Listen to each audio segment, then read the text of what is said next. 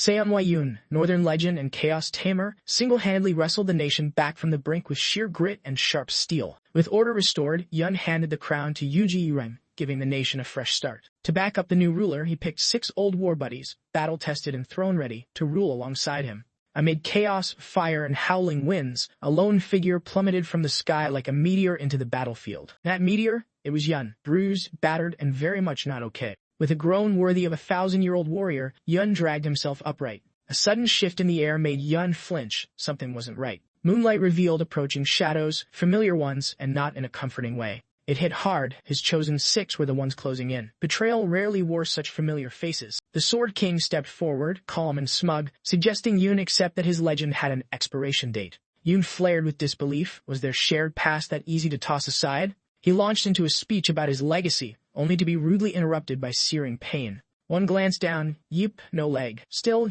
Yun wasn't about to stay grounded. The Sword King chuckled, unimpressed, wondering what a half-broken warlord could possibly pull off. Then, boom! Yun exploded into action with a jaw-dropping strike no one saw coming. Gasps all around. How was he still fighting like that with half his body falling apart? One king muttered what they were all thinking. Yun shouldn't have had that kind of power left. Yun wasn't backing down. If he had to go, he'd make sure the traitors went with him.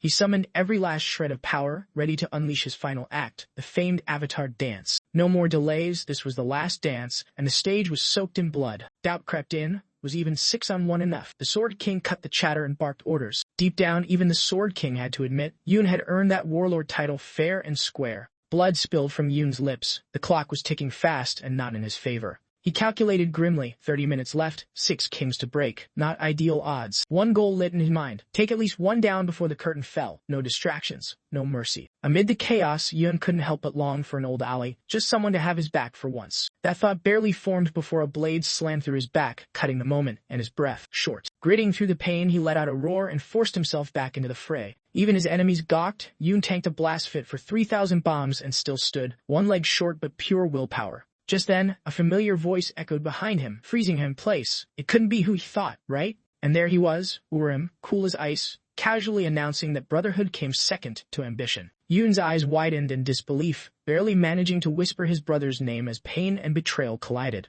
He hit the ground with a thud more crushed by betrayal than by the blood loss. Urim stood tall, declaring himself emperor with smug certainty, though he hinted at some even higher boss above him. With a final jab of pride, Urim declared Yun's legend officially over. His era had arrived. He flashed a victorious smile. Yun's fall sealed the deal. Crown secured. Yun, barely clinging on, stared up in disbelief. How could Urim go this far? Sword in hand, Urim leaned in, mock sympathy in his voice as he offered a quick fix for all that pain. One final thrust, both solemn and proud. Urim ended his brother's tail with a blade and a heavy title drop. He stared down at Yun's lifeless form, calling him the rival he could never quite outrun, until now. In his last breaths, Yun felt the weight of betrayal, never expecting it would be Urim to twist the deepest knife. Physically broken, emotionally shattered, Yun couldn't wrap his head around Urim's role in it all. With failing breath, he reached for Urim's name one last time, voice cracking under the weight. But just as things went dark, a strange blue glow cut through the gloom. He blinked awake in a hot, eerie void, definitely not home, and definitely not heaven. The vibe screamed purgatory, too weird for Earth, too gritty for the afterlife. He reached out, only to find his hand dipping into actual water. Real, warm, weird. One glance at the water's surface, and the face staring back, definitely not his usual mug. Panic set in. What was this face, this place, this whole twisted scene? And, just when it couldn't get stranger, reality took a coffee break. Nothing made sense anymore. One glance at the reflection confirmed it. He was no longer towering or tough. He'd been downsized into a kid. Panic swirled as questions piled up faster than answers. He needed clarity, and he needed it yesterday. Muffled voices cut through the eerie silence, grabbing his full attention. From the sound of it, some twisted ritual was about to turn kids into stew ingredients. Even the henchmen weren't thrilled about tossing kids into a boiling cauldron. Thanks, palace boss. Apparently, this master had no favorites. Not even his own kid was spared from becoming potion material. Yun scrambled for an exit, determined not to be part of today's mystery soup. His escape plan hit a wall, literally. Some weird force field had him locked in tight. The barrier shoved him back like a grumpy bouncer, and he splashed hard into the water. Escape? Not likely. In his current bite-sized form, even climbing out felt like scaling a mountain. Looking up, it hit him. The whole setup screamed oversized cooking pot. The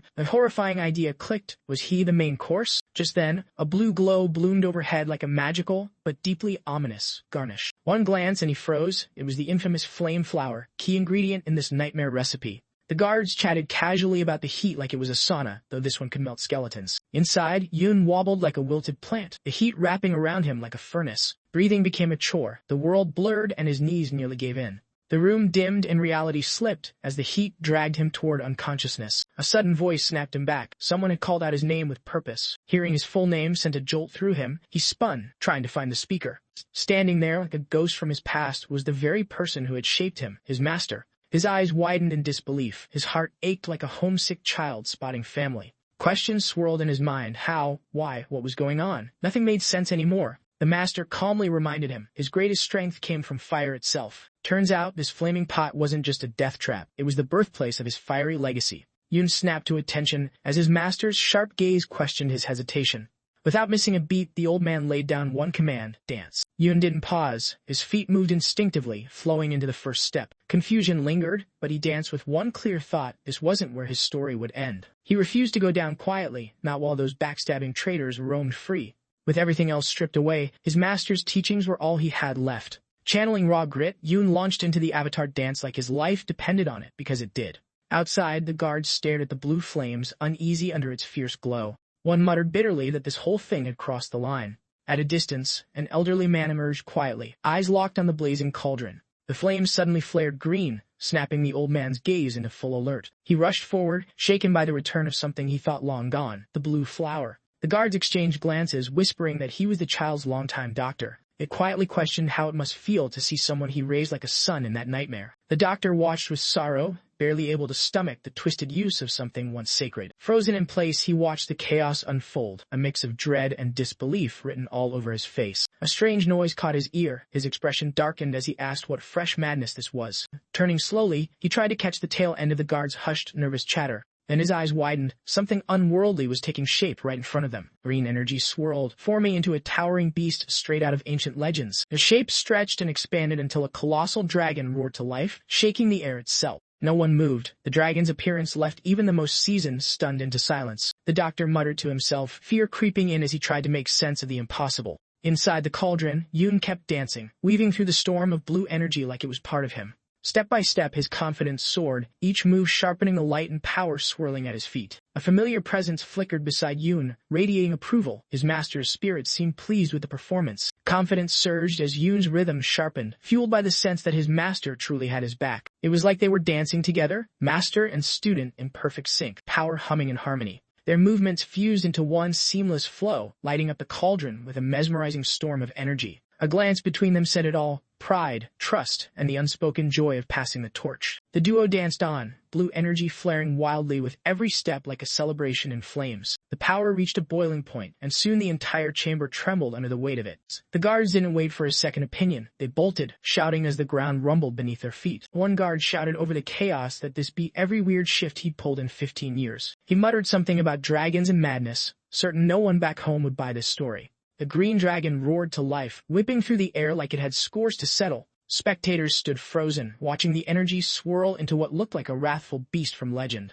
The doctor didn't blink, rooted to the spot, his mind trying to catch up with his eyes. Cracks split across the cauldron as energy burst loose, spiraling into chaos with no intention of slowing. Imran gasped, realizing this was that dance, and dragged his buddy away without waiting for permission. The cauldron finally gave in, blasting apart and flooding the room with a shockwave that spared nothing.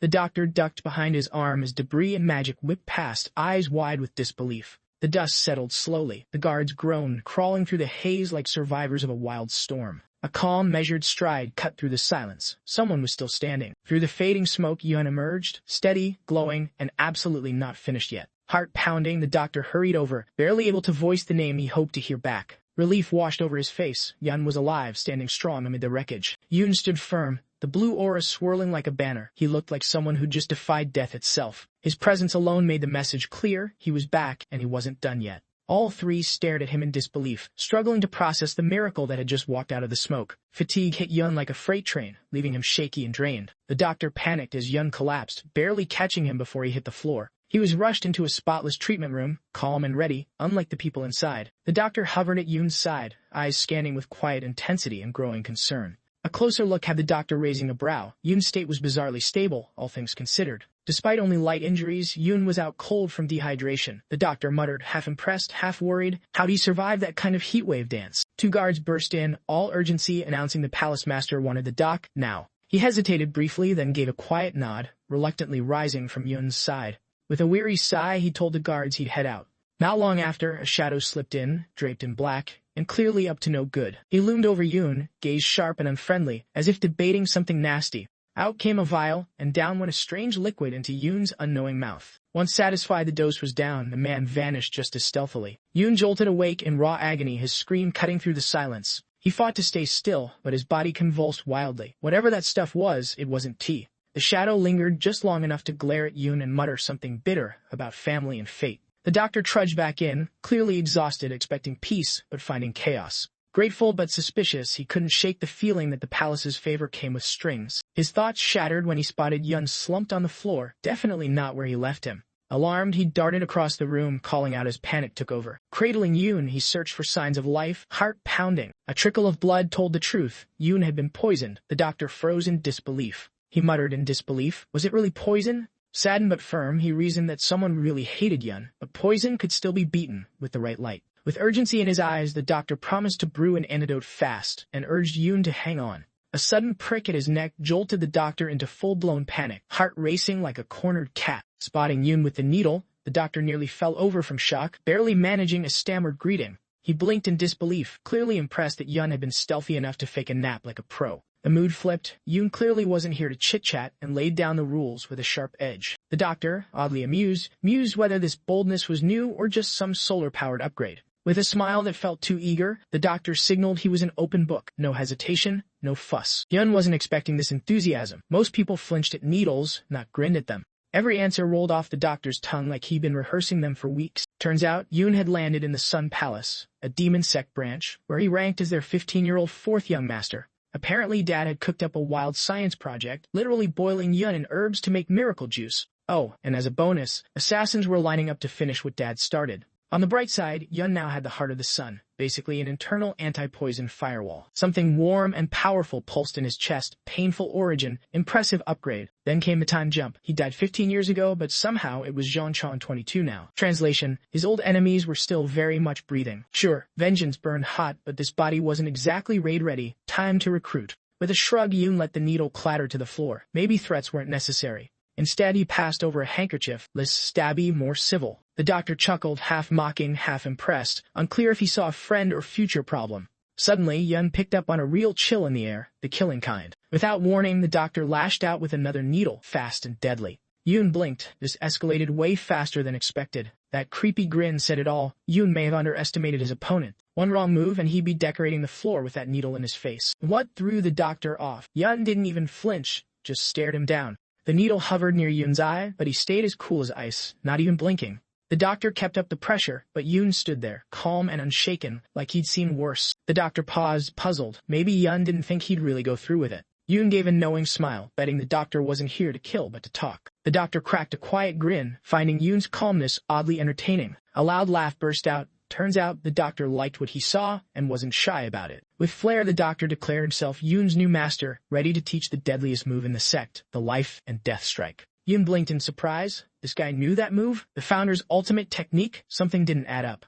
Yoon gave him a once-over. No way did this quirky doctor look like a master of destruction. The doctor caught the doubt in Yoon's eyes and fired back with sarcasm. What, did he not look legendary enough? Apparently, he moonlighted as a doctor just to keep his students from dying during the brutal training. Yoon gulped. How many actually survived this insane training? The answer? 0. Not one success story. Turns out the technique was so intense only the sect's founder ever pulled it off thanks to some fancy celestial core. Still, the doctor was hopeful. Yoon had the heart of the sun, and in time, he might just be tough enough to handle it. Fired up, Yoon made a vow, had mastered this art, pair it with his signature dance, and crush every last traitor. But first, he had to deal with a trio of murderous older brothers who wanted him gone. A creak echoed. The doctor raised a hand. Someone was coming. In strolled Ji Chun-woo, eldest brother and expert in suspicious timing, claiming he came to check in. The doctor looked mildly annoyed. Chun-woo just shrugged, blaming curiosity for the uninvited drop-in. Chun-woo flashed a fake grin and played the caring brother act. Yoon wasn't buying it for a second.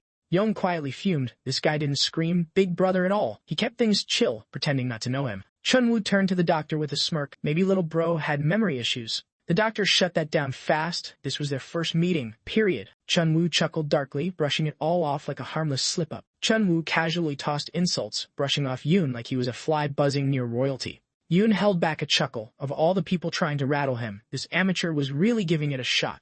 Without missing a beat, Yoon flipped the insult back, politely handing the title of insect to Chun-Woo. Chun-Woo's smug grin wavered, while Yoon casually questioned how a bug-brained heir got his fancy title. Chun-Woo's fury hit boiling point. His pride clearly wasn't built for pushback. The doctor leaned back, amused, clearly enjoying the drama like it was live theater. Chun-Woo stormed in, gripping Yoon's shoulder and throwing shade about bloodlines like it meant something. His voice dropped, fangs out, clearly trying to play the big brother card with extra venom. Yoon stayed cool, casually dropping his real name like a mic. With zero hesitation, he declared his name again, louder this time, like a name that actually meant something. The doctor's smirk vanished, jaw subtly dropping as realization kicked in. Even Chun-Woo froze, visibly shaken, like hearing a name from a war story gone real. The onion hit him. Hwayoon, the Northern Heavens ghost general? From this kid, he looked ready to reboot his brain. Chun-Woo laughed it off, trying to mask disbelief with mockery, throwing another jab about birthright. Yoon didn't flinch, just calmly corrected the insult and handed it right back with a clean burn. The insult landed. Chun-Woo's hand shot to his weapon, rage practically glowing.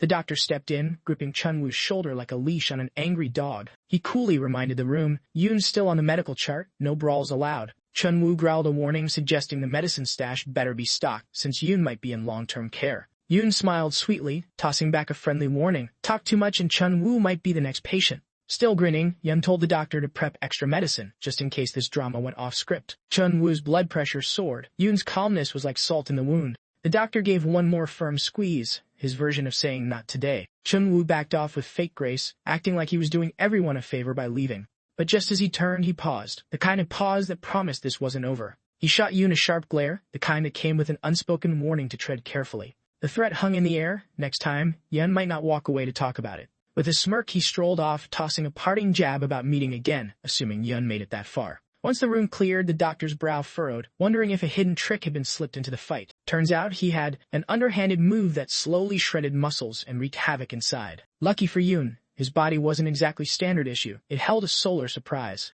The hidden damage vanished like smoke, burned away by the power humming inside him. The doctor let out a sigh, muttering about how petty the Black Darkness family tree seemed to be, rotten fruit and all. Yoon grinned, giving the doctor playful credit for saving the day. The doc, smugly suspicious, asked if this whole mess had been Yoon's fault to begin with. Yoon wobbled dramatically, playing up the sick card like a pro. Curious now, the doctor poked around about Yoon's real name and whether it came from his mother. Yoon gave a sheepish grin and left the truth in the air, letting the doctor fill in the blanks. With a long sigh, the doctor advised sticking to the amnesia act. It was already catching on. Yoon nodded quickly, clearly fine with playing the forgetful role for now. As the doctor chuckled about Yoon's sharp tongue, Yoon sat tall, eyes set on a future only he could see. It had been 5 days since Yoon officially joined the doctor's roster. Yoon recalled his master's words, Master 1, harness the other, and greatness follows. Together they would unlock the blazing strength buried deep in his chest. Yoon felt certain, nail the technique and the great avatar dance would be his stage. Training began, each move crisp, the air thick with solar energy pulsing in rhythm with his steps. As always, the dance steadied him, like muscle memory dipped in sunlight and resolve. Then a whistle floated in, light and familiar, tugging at memories he hadn't dusted off in ages. That sound, it was unmistakable. His old master's whistle, always there during training like a second heartbeat. For Yoon, the dance and that whistle were stitched together, fueling him through every high and low.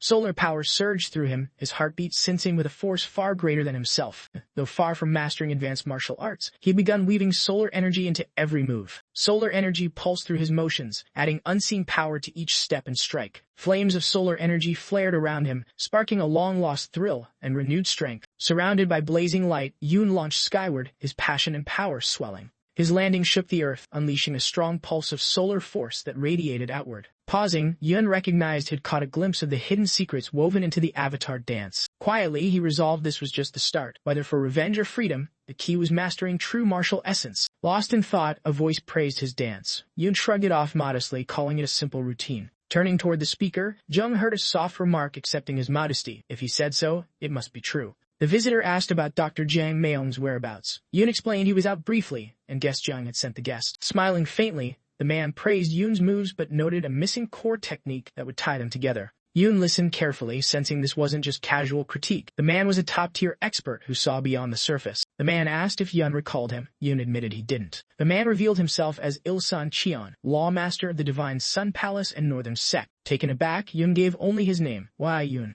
Ilsan Cheon's brow lifted slightly at the name. He complimented the name, worthy of a war god, and asked if Sua had bestowed it. Inside, Yoon questioned if Ilsan was friend or foe, nervously probing his reaction. Ilsan smiled, announcing he'd fight without internal energy, just his right hand alone. Yoon pondered quietly why Ilsan wanted to spar, given his earlier dismissal of the dance as mere movement. Ilsan stated plainly that any movement, dance, or fight could be deadly if wielded with intent. He offered Yoon a hajimyeong-a, warning survival would begin tonight. Yoon's confusion grew. What exactly was special about tonight? Without warning, Ilsan charged, launching a fierce, decisive attack. Yoon reacted swiftly, dodging with practiced grace and quickness. Ilsan Cheon's shock was obvious. Yoon's speed and power caught him completely off guard. Ilsan launched a signature strike, but Yoon skillfully blocked the blow. Yoon countered swiftly, surprising Ilsan with a move packed with hidden force. Ilsan recognized the technique, the falling wing of the azure forest bird, and paused, stunned by Yoon's unexpected power. Yoon's move landed with sharp precision, no hesitation. Ilsan had to leap back fast, barely dodging the strong impact. Ilsan admitted defeat in round 1, forced to use internal energy despite plans, questioning if Yoon really was the famed fourth young master. Yoon downplayed it, saying he'd only nailed one technique so far. Ilsan charged again, his swift moves oddly sword-like, making Yoon wonder about his past. Ilsan kept the pressure high, bombarding Yoon with quick, relentless strikes. Yoon realized this battle was the shield Ilsan mentioned, a chance to sharpen skills against a master. He gathered his strength, unleashing the heart of the sun's power to meet the challenge head-on. Solar energy fueled Yoon's flurry, pushing Ilsan back on the defensive. Ilsan thought Yoon's bold leap into the fray was reckless, an amateur move at best. Spotting an opening, Yoon struck fast and hard at Ilsan's core. Yoon admitted Ilsan's mastery was real, but he still hadn't reached the top level himself. Another solar-powered strike forced Ilsan to scramble defensively, clearly taken aback. Yoon pressed the attack, pushing Ilsan back with relentless energy. Exhausted and stunned, Ilsan dropped to one knee, catching his breath. Rising, Ilsan wondered if Yoon's power was pure talent or something more mysterious. With a smirk, Ilsan joked about calling that just a dance. Yoon just smiled and agreed. Ilsan admitted he meant to offer a shield, but found Yoon wielded a sharp weapon already. Yoon joked that full power from Ilsan would have ended him. Ilsan noted internal energy grows with time, but true strength is rare, and praised Yoon's solid foundation. Yoon realized time was the real challenge, and asked Ilsan where he'd learned the dance. Dr. Jang Myung arrived, revealing Yoon had lost his memory, leaving Ilsan baffled how the dance remained. Dr. Jang Myung noted that fragments of Yoon's memory sometimes returned, easing Yoon's tension as his master showed up just in time. Ilsan Seon showed irritation at the interruption, while Dr. Jang Myung wondered why he appeared unannounced. Ilsan Seon produced orders from the palace master. He presented an official letter, insisting the palace master's orders stood firm despite disruptions by the Black Cloud Assembly. Yoon internally questioned the weight of these orders, sensing both he and Dr. Jang Myung shared the same reluctance. Ilsan Seon solemnly commanded Yoon, the fourth young master, to kneel, a command Yoon obeyed without hesitation. Yoon smirked quietly, noting he'd never bowed even to an emperor, yet now, kneeling as the fourth young master felt oddly ironic. Yoon knelt down silently, accepting the order even if it didn't sit well with him. Ilsan Seon delivered the palace master's decree. With his health restored, the nameless fourth young master must prepare for a naming ceremony at the Seven Knights Pavilion. Yoon's pause led to a quiet acknowledgement. Yoon grasped that nameless meant he officially had no identity, explaining the shock when he used a name of his own. Still, Yoon vowed silently to hold on to his own name and never back down. Dr. Jang Myung mocked Ilsan Cheon's pointless testing on an amnesiac, but Ilsan Cheon shrugged, calling it routine. Yoon sarcastically mused whether rituals were really his only option just because of his demon sect ties. Ilsan Cheon advised Yoon to respond with the phrase, "Everything is according to the law of the sun," whenever the palace master's orders came down. Yoon's memory flickered. The assassins who attacked him had repeated that exact phrase. He silently questioned whether the palace master had a hand in the attack after all. Yoon solemnly echoed the phrase, showing respect and compliance with the command. Ilsan Seon handed Yoon another official letter, leaving Yoon puzzled by its contents. Ilsan Seon calmly explained that Yoon's past memory didn't change his present role. His position as the fourth young master remained unchanged, no matter what. Ilsan Seon smiled, implying that true strength would transform Yoon's life entirely, and challenged any doubts. Yoon wondered what doubts to hold. Ilsan Seon advised doubting all, especially as the son of Sua and the palace master. Ilsan Seon stopped short, apologizing for withholding further truths, at least for now. He said goodbye, promising another meeting in the future. As Il Sanchan departed, Dr. Jang Myung caught him for a quiet, urgent word. Yoon observed from afar, realizing his current self lacked the strength even to eavesdrop clearly. Yoon sensed a hidden secret about his birth still eluded him, stirring curiosity beneath the surface. Following the palace master's command, Yoon stood firm, eyes scanning the endless horizon ahead. Yoon's surprise grew when the once grand Seven Knights Pavilion lay in total ruin. He froze, baffled, trying to piece together the strange situation unfolding before him. A voice from within called out, questioning why Yoon lingered outside instead of stepping in.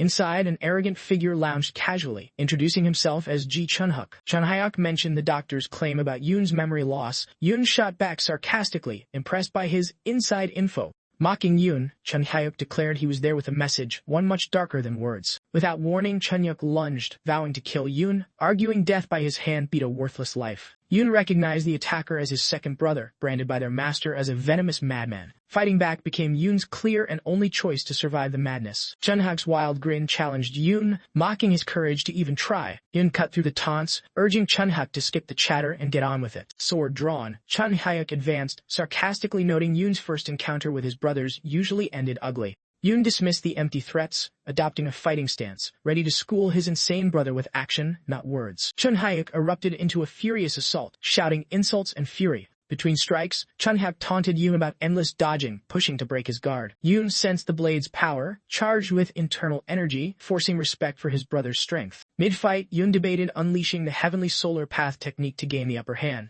Even Chunhyuk grudgingly acknowledged Yoon's agility surpassed expectations. Chunhyuk sneered, suggesting Yoon should be embarrassed by such limited skills. Yoon smirked, noting it was funny how Chunhyuk's barbs stung, while his own insults missed the mark. Surprised by Yoon's cold comeback, Chunhyuk admitted his brother's sharp wit was no joke. Yoon quipped that his tongue was far sharper than Chunhyuk's swordsmanship ever would be. After a pause, Chunhyuk wondered if Yoon had given up. Yoon's confident reply made it clear blood ties wouldn't save him. Chunhyuk's dark smile hinted he'd let that weak jab slide, just this once. Yoon considered if their blood bond might be the crack to exploit in his brother's armor. Chunhyuk squared up, wicked grin in place, signaling the fight was about to get real. He attacked fiercely, claiming that despite sharing a father, they were worlds apart. Yoon barely dodged the fierce blow, tension clear on his face from the close call. Yoon caught the anger in Chunhyuk's face, spotting a striking resemblance to the Lord of the Sun Palace, but also a flicker of inner struggle. With a sly smirk, Yoon pushed, wondering if his brother truly hated the palace lord. Chunhyuk's irritation flared as he questioned whether Yoon's grudge was tied to his mother.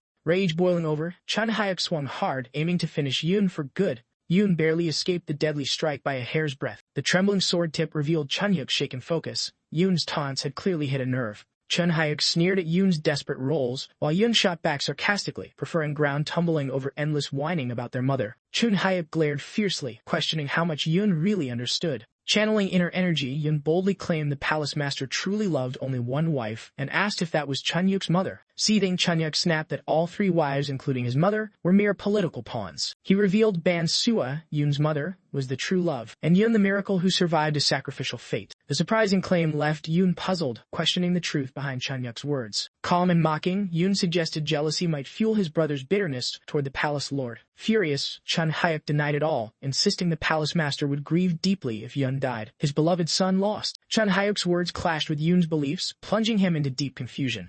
Doubt crept in as Yoon questioned the palace master's love, especially after being chosen as a sacrifice. Memories of the palace master selecting him for sacrifice sealed Yoon's conviction that love was never part of the equation. Yoon questioned the true motives behind being sent to the ruined pavilion, a decision that sparked all this chaos. Smirking, Yoon labeled Chunhyuk a crafty opponent, deciding survival was his immediate game plan. Chunhyuk fired back with biting sarcasm, thanking Yoon for the insult and wondering if another brother's death mattered at all. Chunhyuk grinned cruelly, mocking the Sun Palace's first rule. No name means no person, he laughed, sword aimed at Yoon, claiming no one would care if he died. Yoon froze briefly, sensing the stakes had just soared dangerously higher. Their fierce fight raged on, rapid, powerful strikes flying between them. Chunhyuk's rage exploded into a deadly strike, intent on ending Yoon then and there. Yoon recognized his taunts hit home and braced for Chunhyuk's wild retaliation. Watching Chunhyuk ready his blow, Yoon caught the sword tip trembling with tension. Chunhyuk's raised left shoulder threw off his balance. Yoon guessed he'd topple rightward. Yoon summoned energy, recalling the saying, "When on the edge, take a bold step forward." With lightning speed, Yoon stepped forward, literally embracing the edge. The world seemed to shift as Yoon's step opened a new path. What felt like a step toward death was a gateway to something new. Chun-hyuk blinked, stunned by Yoon's sudden, blinding rush. Yoon unleashed a blazing strike, powered by the heart of the sun's swirling energy. His first incarnated flame fist crashed down, overwhelming Chun-hyuk with fierce power. Chun Hyuk staggered back, wounded by the devastating blow. Yoon surged forward again, fast and focused on delivering the final strike. The Slayer Sword of the Four Kings technique slammed down hard from above. Chun-hyuk grimaced, struggling to block the overwhelming force. Fighting back fiercely, Chun-hyuk countered Yoon's sudden assault. Yoon gathered energy into his fists, readying for a serious showdown. Concentrating fiercely, he readied a crushing blow. Yoon's strike exploded on impact, shaking the battlefield with a massive blast. Dust and smoke billowed, swallowing the battlefield in a thick cloud. From the haze, an old man emerged, stepping calmly toward the fray. The elder commanded presence, with a wounded Seon Hwayoon trailing behind. Meanwhile, Yoon stayed poised, alert and watching the unfolding scene coolly. Chun Hyuk lunged again but was firmly held back by the elder, who reminded him the second young master's life wasn't his to risk alone. The elder declared the Black Cloud Assembly's aura couldn't be crushed so easily, catching Yoon off guard with his confidence. Taking charge, the elder claimed responsibility for today's chaos, making it clear he'd handle the situation personally. Yoon silently acknowledged the elder's strength far exceeded a typical expert. He was facing a top-tier master. Doubts about his own power crept in, so Yoon resolved to wait for a moment when the elder slipped up. The elder pressed forward, roaring that escape was impossible as he charged fiercely at Yoon. Yoon smirked, teasing the elder for diving into what seemed like a childish scuffle with a frightened kid. The elder's anger flared at the jab, intensifying his attack as he lunged swiftly. He insisted the near hit to Chun-hyuk was powerful enough to crack a skull. His assaults grew stronger and more furious, driven by rising rage. Advancing fearsomely, his energy surged with terrifying intensity. Yoon slipped past the strike with agile ease, flashing a sly grin. All along, Yoon's true target wasn't the elder, it was Chun Hyuk. Suddenly appearing before Chun Hyuk, Yoon landed a fierce blow, making clear who he really meant to hit. The elder spun around, stunned, shouting in disbelief at the scene. Clutching Chun Hyuk firmly, Yoon warned the elder sharply to back off. Snapping a finger, Yoon threatened the elder, hinting the boy's value would soon become painfully clear. Rage twisted the elder's face as he questioned Yoon's belief in surviving this bold move. Unfazed, Yoon kept snapping fingers, reminding there were still 8 joints left to break. The elder exploded with fury, calling Yoon a stubborn brat and demanding to know his goal. Yoon replied coldly that he'd be asking questions, and the elder would answer. He threatened that more broken bones would follow if the elder didn't keep that in mind. The elder bargained, free Chun Hyuk and Yoon's life would be spared, an offer Yoon mocked as naive. The elder warned Yoon couldn't be trusted to spare Chun Hyuk later. Yoon coldly predicted mutual death and told him to think it over. Yoon sneered, saying Chun Hyuk had sunk lower than a worm despite past warnings not to live so pitifully. Yoon smirked and leaned in close to Chun Hyuk, hinting he'd spare him, just to keep things interesting. Suddenly, Yoon stabbed Chun Hyuk, coolly warning it would sting and sarcastically suggesting he seek help from Elder Yang. Fury shook the elder, trembling at Yoon's cold taunts. Yoon's confidence soared, mocking him to just destroy his own energy core if unsure. Yoon laid it out plainly, take Chun Hyuk alive, but only by sacrificing his own energy core. With a sly grin, Yoon teased that the elder could keep his life and the second young master if he was willing to lose half his own power. Holding Chun Hyuk tighter, Yoon made it clear it was either the elder's martial skills or the boy's life. The elder froze, shaking hard, clearly stuck without an answer to Yoon's brutal ultimatum. Chun Hyuk looked stunned and confused, watching the elder struggle to decide. Yoon barely smiled, realizing he'd driven a wedge between the elder and Chun Hyuk. Score 1 for him. Internally, Yoon prioritized survival, reminding the elder that sunrise, and their deadline, was fast approaching. Yoon shifted focus, calling out sharply to grab Elder Yang's attention. Elder Yang snapped back instantly, charging a furious dark energy attack while yelling at Yoon. Suddenly, a fierce burst of red energy blocked Elder Yang's advance. The explosion forced everyone to fall back and pause, stunned by the blast. Out of the shadows stepped Ilsun Cheon, majestic and wielding a blazing red sword. Ilsun Cheon addressed Elder Yang, Yang Mongsan, reminding him, firmly and calmly, that no Black Cloud member could enter the main palace at night without permission. Elder Yang exploded in rage, dismissing that as a trivial issue, especially given the fourth young master's condition. Ilsun Cheon stayed composed, calling the fight childish and urging calm, addressing Chun Hyuk by his proper name. Ilsun Cheon told Chun Hyuk he'd overlook today's mess if Chun Hyuk admitted it happened.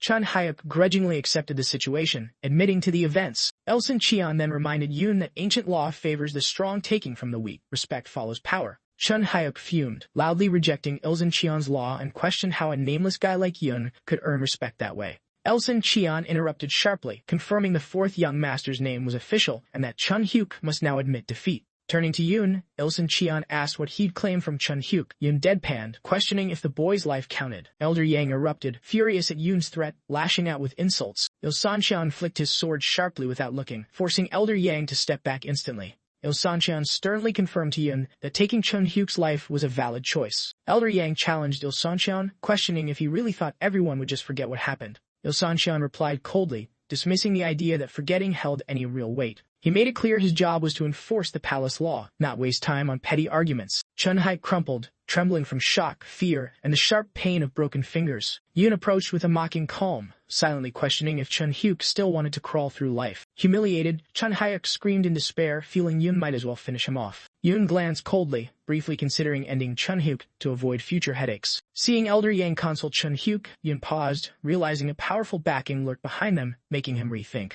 Yoon understood the outcome was preset. The strongest presence always calls the shots. He was sure Ilsun Cheon had arrived to mediate all along. Calmly smiling, Yoon chose peace as his only real option now. Elder Yang and Chun Hyuk looked shocked and confused by Yoon's sudden change. Yoon swiftly snapped another of Chun Hyuk's fingers, eliciting a sharp scream. Tossing Chun Hyuk down, Yoon calmly declared the fight a draw. Ilsun Cheon nodded calmly, calling the draw a fair outcome. With a firm hand raise, he officially ended the standoff. Ilsun Cheon sharply ordered Elder Yang back to the Black Cloud Assembly, no delays. The unauthorized nighttime entry would be addressed later, Ilsun Cheon stated firmly. The fight between the two young masters would go unpunished, honoring Chun Hyuk's own request. Chun Hyuk sneered at Yoon while near Elder Yang, daring him to repeat insults at tomorrow's naming ceremony. Ilsun Cheon stayed calm, firmly affirming that his rules stood unshaken. He commanded Elder Yang's immediate departure, warning that every word was noted. Turning to Yoon, Ilsun Cheon congratulated him on his win, and Yoon returned the thanks with a nod. Before departing, Ilsun Cheon reminded Yoon to survive tomorrow too, quoting the law of the sun as the ultimate rule. Without another word, Ilsun Cheon vanished swiftly and silently. Alone, Yoon pondered deeply, accepting he was no longer the mighty Seon Hwayoon of the northern heavens. He confessed to being just the troublesome fourth young master now, hoping for some sleep after a wild night as he walked on. Shadows stirred as assassins silently closed in, having watched Yoon all along. The next morning, two figures debated whether the fourth young master truly called such a shabby place home. One confirmed, explaining the palace master himself sent Yoon back to this sorry spot. Mocking, he added that once Yoon got his official name, this misery would be history. One chuckled, grumbling that funding Yoon would come from their own pockets, but it was unavoidable thanks to that old man's will. Their chatter halted as they spotted a body. Clear proof assassins had slipped in. Calm and unshaken, Yoon stood above the fallen, coldly implying the killer's senders always revisit crime scenes. One smirked, denying blame on the second or fourth masters. The long-haired man kindly introduced himself as Ji Chun-han, the third young master. Yoon silently wondered, puzzled and intrigued by this unexpected brother. The next day, an escort outlined their route to Twin Extremes Fortress, reassuring Yoon the naming ceremony was quick, just say yes and relax. Chun-han added that with his new name, Yoon would gain palace funds to fix the Seven Knights Pavilion and upgrade his gear. Slightly annoyed, Yoon grumbled about his oversized ceremonial robe and all the non-stop chatter during the journey. Chun-han smiled, recalling he'd heard Elder Yang and the second young master were in rough shape. Yoon kept it brief, admitting he'd just heard the news. Chun-han raised an eyebrow, mildly surprised by Yoon's calm reaction. Smiling softly, Chun-han hinted cryptically that Yoon understood exactly what he meant. It became clear that the third brother was starting to reveal his true motives. Leaning in with a sly grin, Chun-han claimed he knew who'd landed them in such trouble. A fierce, tiger-like aura flared behind him as he calmly taunted that the fourth young master was to blame. Yoon wondered why his third brother was so complicated, unlike the straightforward first two, yet admitted he was indeed responsible for their plight. He acknowledged his first two brothers tried to kill him, but the third's intentions remained unclear. After a pause, Yoon calmly requested something in exchange for his honesty. Ji Chun-han promised a trade, help fixing the Seven Knights Pavilion in return for Yoon's honesty. And Yoon turned down the offer, asking instead for a story, anything at all. Chun-han was surprised by Yoon's broad request, joking it sounded a bit one-sided. Yoon paused, considering whether he needed a different strategy. Suddenly, Yoon bowed humbly, asking for help. Chun-han mocked this sudden change of tone. Yoon insisted, making clear the request was genuine, but the choice remained Chun-han's. Chun-han laughed, amused by his brother, noting he normally charged for info but would answer Yoon for free. Yoon then got curious about what would happen if someone with a name attended the naming ceremony again. Suddenly, the carriage stopped abruptly, with voices shouting to halt. Chun-han peered out, clearly concerned about the commotion. Guards sprang into defensive stances, the air thick with tension. Calmly, Yoon noted the guards' neat formation. Were they guarding or trapping them? After the pause, Chun-han revisited Yoon's true name question. Yoon answered confidently, Hwayoon. Chunhan praised the strength of the name and casually mentioned Yoon's mother. Yoon silently vowed to learn why she was always brought up. Chunhan asked if others knew Yoon's true name, hinting if not, it was easier to accept a new one and move forward. Yoon recalled his brothers and senior masters, the weight of expectations settling heavy on him. Yoon thought of those who already knew, Dr. Jang Myung and the Lawmaster, and felt frustration rise over tangled secrets. Chunhan shared his irritation that such delicate info leaked to those it shouldn't have, like the Lawmaster and Black Cloud Assembly. He sighed deeply, explaining the naming ceremony was for the Palace Master's direct sons, usually at age 10, except Yoon's case was messy. Yoon inwardly admitted he'd been treated like a ghost in the palace for 5 years, son of an abandoned woman. An escort chimed in that childhood names existed before ceremonies, mentioning Chunhan's old name, Dan-wook Young. Chunhan snapped back that the real point was his right to use the respect for strength law, granted by the Lawmaster himself. Yoon suspected Chunhan had hidden knowledge before, now speaking like an insider, maybe even connected to the Black Cloud Assembly. Recalling the strange energy from their handshake and Chunhan's childhood name, Yoon's doubts about his brother's true identity grew. Yoon grew certain Chunhan hid a huge secret and wondered if he'd really spill it all just like that. Ji Chunhan cut through Yoon's thoughts with a grave warning. The naming ceremony was a dangerous gathering of the Sun Palace's top power players. Rejecting the Palace Master's bestowed name could spark disaster. Yoon quietly questioned if death was on the table and grew suspicious of Ji Chunhan's motives. Ji Chunhan admitted uncertainty about the Palace Master's exact reaction but was sure one thing. He despised challenges to his authority. Neither the Black Darkness Assembly nor the Black Cloud Assembly would come to Yoon's rescue. Both factions would see his defiance as a kill shot. Yoon nodded inwardly. Ji Chunhan's logic checked out, yet he wondered why Ji Chunhan kept himself off the chopping block, possibly angling to earn his trust. With a calm smile, Yoon implied he'd need backup, someone else to tip the scales in his favor. Ji Chunhan grinned confidently, revealing he was already that third party, ready to step in. He teased that his group was nothing like the Demon Sect or Black Cloud Assembly and offered to share their name, if Yoon was curious. The Dragon Sea Trading Company was their banner, and Ji Chunhan offered to intervene and save Yoon from trouble. Rescue was on the table, but consequences would come afterward, no matter what.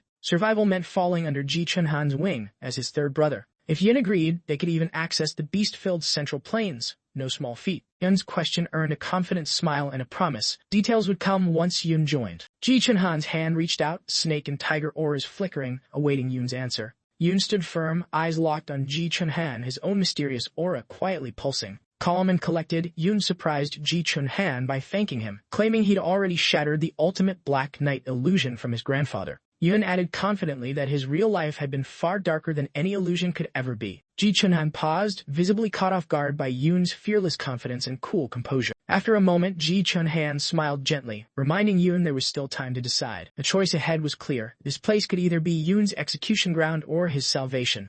With orders given, the journey toward the official naming ceremony began. Inside the Grand Hall, the Sun Palace Lord waited with quiet dignity, poised to start the ceremony. Followers echoed grand chants like, "A thousand suns," and "Radiance of the Moonlit Star," praising the palace's glory. The Master of Ceremonies declared the fourth young master, nameless until now, ready to step forward. Yoon approached the majestic ceremony hall, quietly awed by the palace's immense grandeur. At the Grand Palace outer gate, guards abruptly halted Yoon's carriage, tension thick in the air. Ji Chunhan smiled and casually asked a guard who they were waiting for, given the ceremony was about to start upstairs. Guard Jang Mayong shot back with a sarcastic grin, teasing Ji Chunhan's cleverness and calling him the third prince. Ji Chunhan inquired if this was the proper way up for them. Jang Mayong snapped, making it clear he meant his younger brother Hwayoon, not himself. Yoon caught Jang Mayong's irritation over sibling politics but saw him let the third prince's group go ahead anyway. Ji Chunhan insisted the ceremony candidate needed the previous title holder's company and claimed the role, but Jang Mayong objected, wanting to do it himself. Ji Chunhan fired back, accusing Jang Mayong of risking public humiliation and noting he typically showed up only at formal gatherings. Ji Chunhan sarcastically reminded Jang Mayong they shared Sun Palace ties and that Jiang once ignored a Huryong trade invite. Jang Mayong replied icily that he hadn't known about the connection and refused to fix the mess their groups made. Suddenly, a loud call for Gar Jang Myung echoed from inside, grabbing everyone's focus. Yoon noted the open hostility but chose to concentrate on the ceremony instead. Jang Mayong confidently stepped up, announcing they'd proceed first and informing the third prince. Ji Chunhan tensed slightly upon hearing Yoon's choice. Before moving on, Ji Chunhan urged Yoon to trust only him, and Yoon acknowledged the advice warmly. Gar Jang Myung dressed Yoon in ceremonial robes, joking that clothes make the man, earning a grateful smile from Yoon. Jang Mayang explained his visit. The Northern Lord arrived that morning. The second prince was crushed, witnessed firsthand by Elder Yang. Jiang Mayang marveled that the untrained fourth prince scored such a win. Yoon credited his extraordinary teacher with modesty. Jiang Mayang told Yoon to keep the flattery for when it really mattered. Jiang Mayang briefly considered if Yoon had hidden martial skills but dismissed it, instead suspecting the Sun Core's power was the real game changer. Yoon confirmed using the Sun Core alone now, no trinity needed. Jiang Mayang praised this, promising true invincibility once mastered. Jiang Mayang warned of ceremony risks, especially from the second prince and the Silent Cloud sect, suspecting the second prince's grandfather, sect leader Zhang's son, might intervene. Yoon inquired about the first prince's side. Jiang Mayang said they might act rashly but wouldn't stir trouble without cause. Yoon absorbed the warnings, and Jiang Mayang stressed he'd better keep them in mind. Jiang Mayang ended with a sharp warning. The safest-looking folks are the most dangerous. Yoon admitted he'd already suspected that. Jiang Mayang singled out the third prince as a silver-tongued snake with a venomous stare. Yoon appreciated the heads-up. Jiang Mayang stressed that the Palace Master was the true power, a figure who had spoken with Yoon but remained as elusive and untrustworthy as a desert mirage. Yoon acknowledged Jiang Mayang's warning, fully grasping the precarious trust owed to the Palace Master. Jiang Mayang made it clear the day's fate hinged on the Palace Master, so Yoon needed to make a lasting impression. At the summit, Ji Chun-han spotted Yoon deep in conversation with Jiang Mayang, curiosity flickering over his face. Ji Chun-han signaled Yoon forward, and together they stepped through the towering palace gates. Inside the hall, a chorus of formal greetings rose. One sun from the sky, radiance of the moonlit night. The announcement came. The fourth prince, Mo Mayong, was to receive his new name and step forward. Yoon eyed the gathered dignitaries, suspecting Jiang Mayang had secured a discreet exit with the Northern Lord that morning. He saw clearly that the third prince was sidelined, buried under layers of political games. The crowd's unified voice declared all decisions would follow the law of the sun. Yoon faced the Palace Master, who sat poised with regal authority. Ji Gang's son exuded undeniable power, confidence radiating from every measured breath. Yoon recognized the Palace Master as the ultimate authority, his military might evident and intimidating. The Palace Master declared the fourth prince's new name, Jikun Mail, he who destroys the heavens. The hall bowed in unison, voices rising again in chants of loyalty and respect. Noticing Yoon's discontent, the Palace Master cut through the ceremony, demanding to know if there were objections. Yoon boldly rejected the given name, shocking the assembly and prompting questions about his own choice. He asserted his true name, Hwayoon. Silence fell like a heavy curtain, senior figures stunned by his unexpected declaration. The elder princes sat rigid, discomfort and shock etched on their faces. With a swift hand, the Palace Master commanded silence, abruptly halting the ceremony. He advanced on Yoon, eyes sharp with unmistakable menace. Yoon understood fully. The man who once tried to kill his son wouldn't blink twice if it happened again. Despite doubts of pride, Yoon vowed to act boldly for the warlord, the great northern general. The Palace Master repeated Hwayoon, recalling the legacy of his mother, Sua. Just then, Jang Soon-ho, leader of the Silent Cloud sect, stepped in with a loud objection about the fourth prince's chosen name. Jang Soon-ho insisted Hwayoon wasn't just a childhood name, but a serious offense, concealing the true name before ceremony. He demanded the prince's execution. The Palace Master leaned in, reminding Yoon that Jang Soon-ho had despised him from day one. Without missing a beat, the Palace Master asked if Yoon had defeated Chun-hyuk. Yoon's confident nod said it all. He added that Yoon had even broken Elder Yang Mongzen's arm, which Yoon confirmed without hesitation. The Palace Master mused that such feats could very well justify toppling the Sun altar itself. Yoon smirked, giving credit to the Palace Master's favor for his success. Closing the gap, the Palace Master demanded a decision from Yoon, now or never. The choice was clear: accept the name Jika Mile in status, or keep Hwayoon embrace for a thorny path. Suddenly, a fierce red aura erupted from the Palace Master, filling the hall with raw, overwhelming energy. Yoon wondered if this display marked the first step beyond human limits, towards sovereignty or something darker. The energy ripple stunned everyone, shaking the entire chamber with its intensity. Inside, Yoon knew living without his true name would be an empty shell of existence. The Palace Master caught the defiance radiating from Yoon, eyes narrowing sharply. Without hesitation, Yoon lunged forward, fully committed to confronting the Palace Master. Anger fueled Yoon's resolve. Retreating was an option, but losing his identity was not. With a fierce roar, Yoon proclaimed himself Hwayoon, unleashing a massive surge of power to back his claim. His energy rippled through the hall, leaving bystanders speechless in awe. Silence swallowed the crowd as they absorbed the raw power on display. The clash between Yoon and the Palace Master ignited fiercely, marking a decisive turning point. The Palace Master paused, visibly surprised by Yoon's unexpected strength and resolve. Calmly, the Palace Master smiled, accepting Yoon's choice with quiet respect. In front of all, the Palace Master formally acknowledged the name Hwa-yoon. Yet, he added that the fourth prince title would be revoked from Yoon for the time being. Rejecting his granted name meant Yoon would have to prove himself through deeds to come. The Palace Master called on Jiang's son, leader of the Silent Cloud sect, to step up. Jiang's son appeared promptly, standing firmly before the Palace Master. The palace master mentioned past coastal troubles that upset the Silent Cloud sect and strained ties with the Heavenly Dragon Coalition. He appointed Hwayoon special commander of a southern sea expedition, ordering Jang's son to accompany him and hunt the bloody-clad demon causing chaos. The palace master denied Jang's son's execution plea, instead assigning Dr. Jang Mayong to check on his grandson, Ji Chunyuk. He reminded that the demon's territory historically belonged to the Silent Cloud sect, so Jang's son was tasked to support the expedition leader. Jang's son quietly smiled, accepting the honor without fuss. The palace master then summoned Dr. Jang Myung to step forward. He ordered Dr. Jang Mayong to join the expedition, and the doctor nodded in obedient agreement. Yoon pondered the palace master's earlier cryptic remark about needing to see something firsthand. Curiosity piqued. With a raised hand, the palace master declared all actions bound by the sun's law, asserting his unchallengeable authority. The ceremony ended as everyone echoed, "By the law of the sun," sealing the moment with unified voices. That night, Yoon asked his master, Dr. Jang Myung, whether he had met the palace master beforehand. Dr. Jang admitted he had to, or Yoon might end up dead, then questioned why Yoon told the palace master he needed to see Yoon. Yoon explained he meant the trigram of life and death technique, and saw this as the perfect chance to train outside palace confines. Yoon wondered who else knew the secret. Dr. Jang named Yoon, himself, the palace master, the northern martial lord, and a few suspicious others. Yoon took it in quietly, keeping thoughts to himself. He noted 2 among them deserved extra caution, trusting his master's silence held deeper reasons. Dr. Jang teased that Yoon's questions made it obvious he'd already packed his bags. Yoon joked back, wondering if that made him a minimalist or just empty-handed. He remembered his past life, hauling armor and weapons now displayed as museum trophies. Dr. Jang addressed Yoon as disciple, earning a swift and respectful reply. Dr. Jang asked Yoon's impression of the palace master, prompting a quick clarification request. Dr. Jang explained he meant the Hua Jing level, a martial artist's dream peak. Yoon acknowledged the palace master's remarkable presence. Dr. Jang wondered how Yoon stayed composed facing a Hua Jing master without formal training. Yoon laughed, saying he just winged it. Yoon quietly admitted it was tougher than expected, barely holding himself together under crushing pressure that nearly made him pass out. Yoon revealed a fiery energy from Yoon's sun core kept him upright, shielding him from the palace master's overwhelming presence. When asked if the energy was fully tamed, Yoon confirmed it was wild, untamed, but perfectly balanced within him. Jang Mayong was impressed. Yoon's control surpassed all expectations, especially without mastering the tricky life and chaos energy of the trigram technique. Jang Mayong noted Yoon's sun core was rare in history, though a legendary predecessor once had it and conquered the trigram art. Yoon's curiosity sparked, eager to understand the legendary technique's challenges and seeking a clearer explanation from Yang Mayong.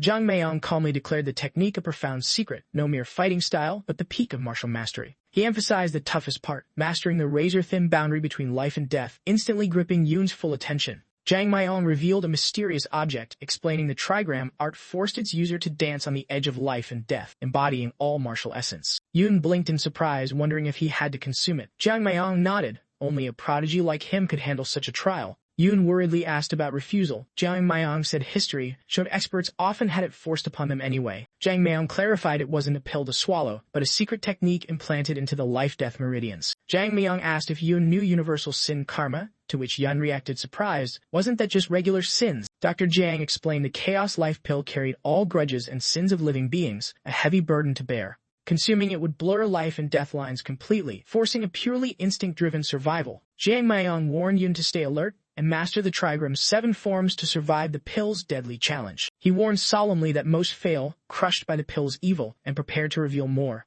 Unexpectedly, Yoon covered his mouth after swallowing the whole pill, startling Jang Mayong, who immediately questioned him. Jang Mayong scolded Yoon for gulping the pill all at once, stressing how dangerous that reckless move was. He gripped Yoon's face, warning that lethal poison now coursed through him, threatening his sanity at any second. Yet Yoon seemed fine, no fatigue, no violent urges, which baffled Yang Mayong, who nervously inquired. Yoon calmly denied any such feelings. Young Myung probed about any strange feelings. Yoon smiled softly, admitting only a brief, faint sensation. Young Myung marveled, pondering if this calm was the true sign of wielding the sun core and celestial star power. Yoon stayed composed, saying only the outcome mattered, and asked Yang Myung if the chaos energy was now perceptible.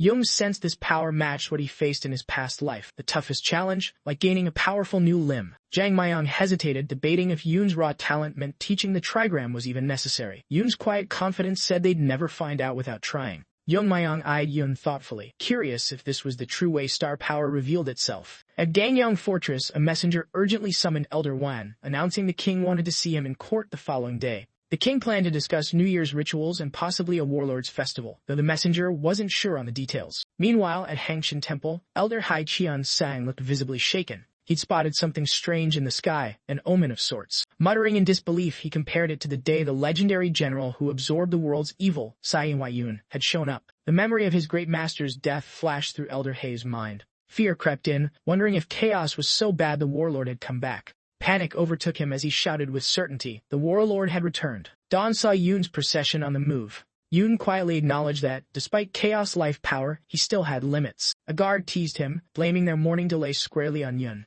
Young Mayong questioned why the lawmaster had suddenly joined their procession. Ilsun Xian told Dr. Jang Mayong he was sent to check on the young master by the palace. He jabbed Jang Mayong for arriving too late, pointing out the young master's badly injured hand. Mocking, he claimed Yoon nearly crippled Elder Yang's skills with nothing but words, stunning Dr. Jang Mayong. In reality, Yun had snapped Elder Yang's right arm, all while giving an innocent, angelic look. Concerned, Ilsun Qian asked about Chunhae. Dr. Jang Mayong assured him he'd reset the bones and was fine. Ilsun Qian recalled Yoon's fierce, beast-like instincts during his fight with Chun Yuk. To himself, he mused Yoon seemed like a battle-hardened general, far beyond what a young prince should be. Jiang Mayang told Yun to meet his second master, surprising Ilsun Qian, who claimed no such agreement. Yang Mayong teased Ilsun Qian for suddenly being narrow-minded, prompting an annoyed retort that he'd always been that way.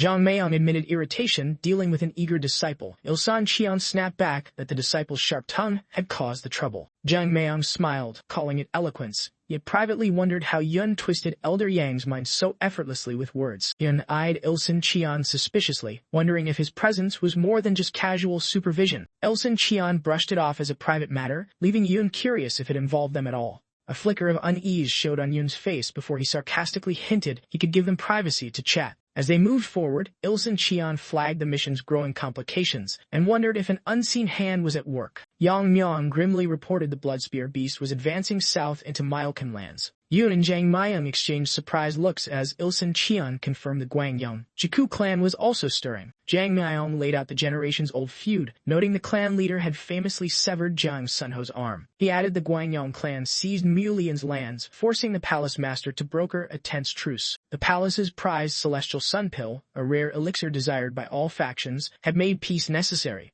The pill was exchanged via the Gwanjiang clan, one of 12 powerful constellation houses tied to righteousness. Jiang Mia worried the Gwanjiang clan might soon break the fragile agreement, threatening their delicate balance. Ilsun Qian clarified it wasn't the whole clan advancing, but a fearsome figure called the Little Dragon. Yoon wondered about the Little Dragon's importance and gender. Jiang Mayong explained the title marked elite martial prowess. Jiang Mayong confirmed the Little Dragon was probably a direct heir, explaining their presence. Ilsun Qian shut down Yoon's curiosity, only to be silenced by Jiang Mayong. Reaching Sonju, Ilsun Qian remarked the Myokan clan might feign cooperation against the Bloodspear beast. A guard blocked their path, firmly refusing palace entry under any conditions. The guard cited a direct clan leader's order, catching Jiang Mayang off guard. Jiang Mayang insisted on palace master's command, but the guard insisted no decree had come through. Jiang Mayang threatened consequences once the decree arrived, but the guard stood his ground without blinking. Yoon quietly took Jiang Mayang's shoulder, signaling he would take charge from here. The guard remained unmoved, denying them entry once more.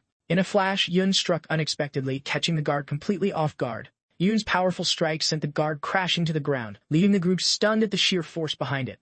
Afterward, Yoon told Dr. Jang Myong that when blocked, words don't work. Jang Myong suggested the decree might not have reached this remote place yet. Silence fell before Yoon coldly warned that force would mean destruction and death, shocking Dr. Jang Myong, who questioned if Yoon was serious or joking. Yoon's gentle smile revealed it was all a joke, leaving Jiang Mayong baffled. Maybe the chaos pill was messing with his head after all. Yoon shrugged off the punch, blaming the guard's annoying attitude, and joked that without a decree he was now the young master in charge. With a smirk, Yoon urged them towards Songju, tossing a joke about his porcelain fame. Jiang Mayong shook his head at Yoon's shameless confidence. Walking the streets, Jiang Mayong wondered if Yoon minded losing his title. Yoon stayed cool, confident they'd find lodging. Jiang teased about the earlier threats. Yoon laughed it off as a joke. That night, Yoon slipped out quietly. Jiang Mayong asked about his late stroll. Yoon just wanted some fresh air, nothing more. Yoon shared that tomorrow they'd get intel on the Bloodspear beast, and he'd start training in the tough trigram of life and death. He admitted leaving Sun Palace was a first, unsure how long training would take. Yoon mentioned the city had no curfew, so he'd explore a bit. Jang Myung sighed, amazed at Yoon's carefree attitude despite being a newcomer to the outside world. Jang Myung handed Yoon some money for the night's expenses. Yoon accepted it with a quiet thanks. Young Myung gave a serious warning. Danger lurked everywhere, and even the most unlikely threat could strike if determined.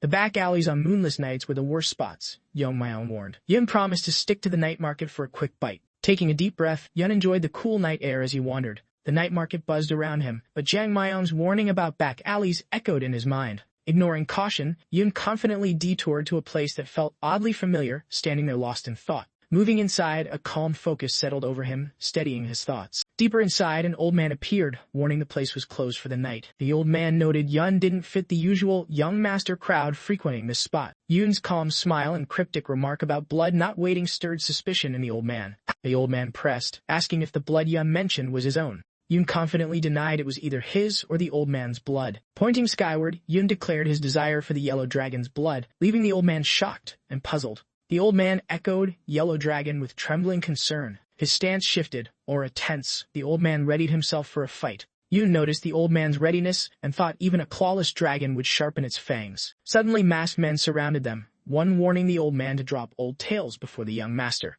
The old man fixed Yoon with a sharp gaze, uncertain of his lineage but willing to give final respect. Yoon smiled calmly, noting he'd already bowed twice, like paying respects to someone long gone. Then Yoon named himself Lone Devil's Blade, Yamnam Cheon, visibly rattling the old man. Yoon caught a subtle movement, a masked figure creeping silently on the rooftop across from him. The old man noticed too, his unease growing with the stealthy presence. Without warning, masked attackers surged at Yoon, their orders clear, take him down. The old man's mind raced, Yellow Dragon's blood, a code long forgotten but still sharp. In battle, Yoon's footwork mirrored the legendary Hwayoon style, shocking the old man deeply. Yoon danced through the fight, swift and graceful, fending off attackers like a breeze. He struck back hard, releasing a powerful blast that shook the surroundings with raw skill. Afterward, Yoon stayed calm as solar energy pulsed visibly in his chest, leaving the old man amazed. The old man admitted silently that Yoon was the first to make him truly feel threatened. He snapped orders for his men to ready their swords, no more playing around. Yoon warned the old man the fight risked his men's lives too much, suggesting they call it off. Gudokjang smirked, daring Yoon to try, mocking that his internal energy was still lacking. Yoon struck again swiftly, but Gudok's men shrugged it off like minor annoyances. Spotting their basic formation, Yoon grinned. This was exactly the chance he needed. He readied his rare technique, Flame Mirror, also called Bukra Chun Wang. Energy surged between his palms as he focused fully on the upcoming strike. Gudokjang stared in disbelief, convinced Yoon couldn't possibly wield Bukra Chun Wang. Yoon's focus never wavered, his control over energy impressively tight. Suddenly, a massive solar blast erupted from Yoon, blasting toward the foes. Claiming his title as warlord, Yoon unleashed a devastating, earth-shaking strike. When dust settled, Yoon moved close, silently asking if the old man was ready to negotiate. He stepped in and calmly repeated the name Bukra Chun Wang right under the old man's nose. The masked men stepped back nervously as Gyurak Yung Mayonga echoed in shock. That was the legendary Bukra Chun Hwang technique. He quietly inquired if Yoon's footwork was from the Hwayoon style, and Yoon confirmed with calm confidence. Gyurak Jang Myonga laughed loudly, calling Yoon crazy, then pressed for his real identity. Yoon smiled coolly, hinting questions weren't welcome here, surprised by the old man's boldness. Gudok Chang Myonga expressed surprise, recalling the 6 laws of Yukmu almost forgotten with time. Eventually, Gudok Chang Myonga invited Yoon inside. Despite not knowing his name, the code Yellow Dragon's Blood was enough to catch his interest. Yoon stepped inside while Gudok Chang Myonga joked that his humble home likely wouldn't impress a young master. Yoon sipped tea, smiling calmly, finding comfort in its scent. His mind drifted to Yukmomo's 6 rules: no eyes, ears, nose, or mouth. He remembered the rest: no sense of self, no sense of others, defining Yukmomo as a secret sect diverging from the Zhang Empire's ways. Amid martial chaos, Yukmomo thrived under Yunam Cheon's loyalty, its members as fiercely devoted as wolves to their master. Yukmomo evolved into intelligence after the state's birth. Yunam Cheon retired to Songju, running a pawn shop, living quietly after years in shadows. Long ago, Yoon Namshan promised comrades they'd one day rest, drink tea, and watch the sea, despite his habit of brewing tea in dirty cups, sparking friendly teasing. Yoon smiled, pondering Namshan's aging, from youthful tea critiques to the aged man quietly sipping now. Nam Cheon teased Yoon's skills. Hwayoon was doable, but Byaokra Cheon Wang was another story. Their sarcastic banter hinted at past battles now replaced by shared tea. Nam Cheon joked he hated seeing comrades tea-sipping while coughing blood. Yoon fired back about bringing a bucket. Internally, Yoon knew his body would heal fast, thanks to his solar heart mastery. While most needed a year of healing, Yoon saw his injuries as a step toward mastering the sun and moon sovereign body. After light teasing, Namcheon turned serious, asking Yoon's real reason for the visit. Yoon sensed Namcheon suspected his ties to the warlord but held back, knowing the time hadn't come to reveal he was Seon Hwayoon himself. Yoon smiled enigmatically, signaling he came with questions, not answers. His calm inquiry focused on the warlord Seon Hwayoon's story. Namcheon's surprise revealed he knew Yoon sought more than common tales. Knowledge of Yellow Dragon blood marked Yoon as no ordinary man. The warlord's debut came after the Central Plains War. Peace was meant after the Western Wars, but an ancient evil dragon rose, threatening the world, until the warlord vowed to stop it. Namcheon admitted this version came from the Emperor and Six Lords, though the full truth remained unclear. Yoon questioned whether the warlord truly perished fighting the evil dragon. Officially, the warlord was missing, believed to have fallen with the dragon underground. The royal family honors him yearly with an autumn festival. Yoon smiled, acknowledging the tale's purpose, a stirring legend of sacrifice and fierce battle for peace. Yoon pressed Namcheon on whether he really thought the warlord had plunged into the earth with the evil dragon. Namcheon hesitated, then admitted Yoon's way of speaking triggered a vague sense of familiarity. He noticed Yoon had a habit of letting others talk before striking at the perfect moment. Smiling, Namcheon recalled the warlord's nickname, the Chatty Warlord, and spotted that same boldness in Yoon. He explained that the Byaokra Cheon Wang style was a rare mastery, while the Hwayoon technique was even more secretive. Only the warlord had ever mastered both powerful techniques, according to Namcheon. Then he noted that 15 years on, another had resurfaced wielding the Byaokra Cheon Wang style. Yoon hinted at a link to the warlord, but Namcheon dismissed it, accusing him of fishing for free intel. Namcheon revealed that the Yellow Dragon Blood Blade's secrets were guarded by just the royal family and 7 sword peaks. Namcheon refused further talk, but had already dispatched men to uncover Yoon's real identity. Yoon smirked at Namcheon's generosity, who then insisted on answering first, claiming even a legendary dragon couldn't best the warlord. Namcheon detailed their search after the warlord vanished. Only massive blast marks and unique martial traces, but zero sign of dragon remains. Since the warlord's disappearance, the 7 masters went quiet, settling as regional lords, while even the Sword King stayed isolated for years. No one knew if the warlord vanished willingly or was forced out. Yoon quietly acknowledged this was the Namcheon he knew. Namcheon asked pointedly if Yoon aimed to avenge the warlord as his heir. Yoon smiled wryly at Namcheon's assumption. When asked if the warlord lived, Yoon remained calm but silently confirmed he was the warlord. Asked about his link to the warlord, Yoon denied any, though inside, he claimed, "I am the warlord, Namcheon." Namcheon paused, then quietly accepted Yoon's claim this time. He urged Yoon to smile, wishing to see a happiness the warlord never truly found. Yoon returned a gentle smile, understanding the sentiment, and silently vowed to honor it. Then Namcheon gave Yoon a small box, calling it a final gift. Yoon wondered nervously if the old man was ready to leave. Namcheon asked if Yoon knew John Ryungji High, the elite Yuk Momo info hub, and mentioned he'd built his own version. Yoon stared at the documents stunned, quietly repeating the organization's name in disbelief. Namcheon said he couldn't go with Yoon, but sent backup, a woman named Sabir Yang who appeared behind him. Yoon glanced back, puzzled at the sword-wielding woman now his companion. Namcheon promised she'd be invaluable.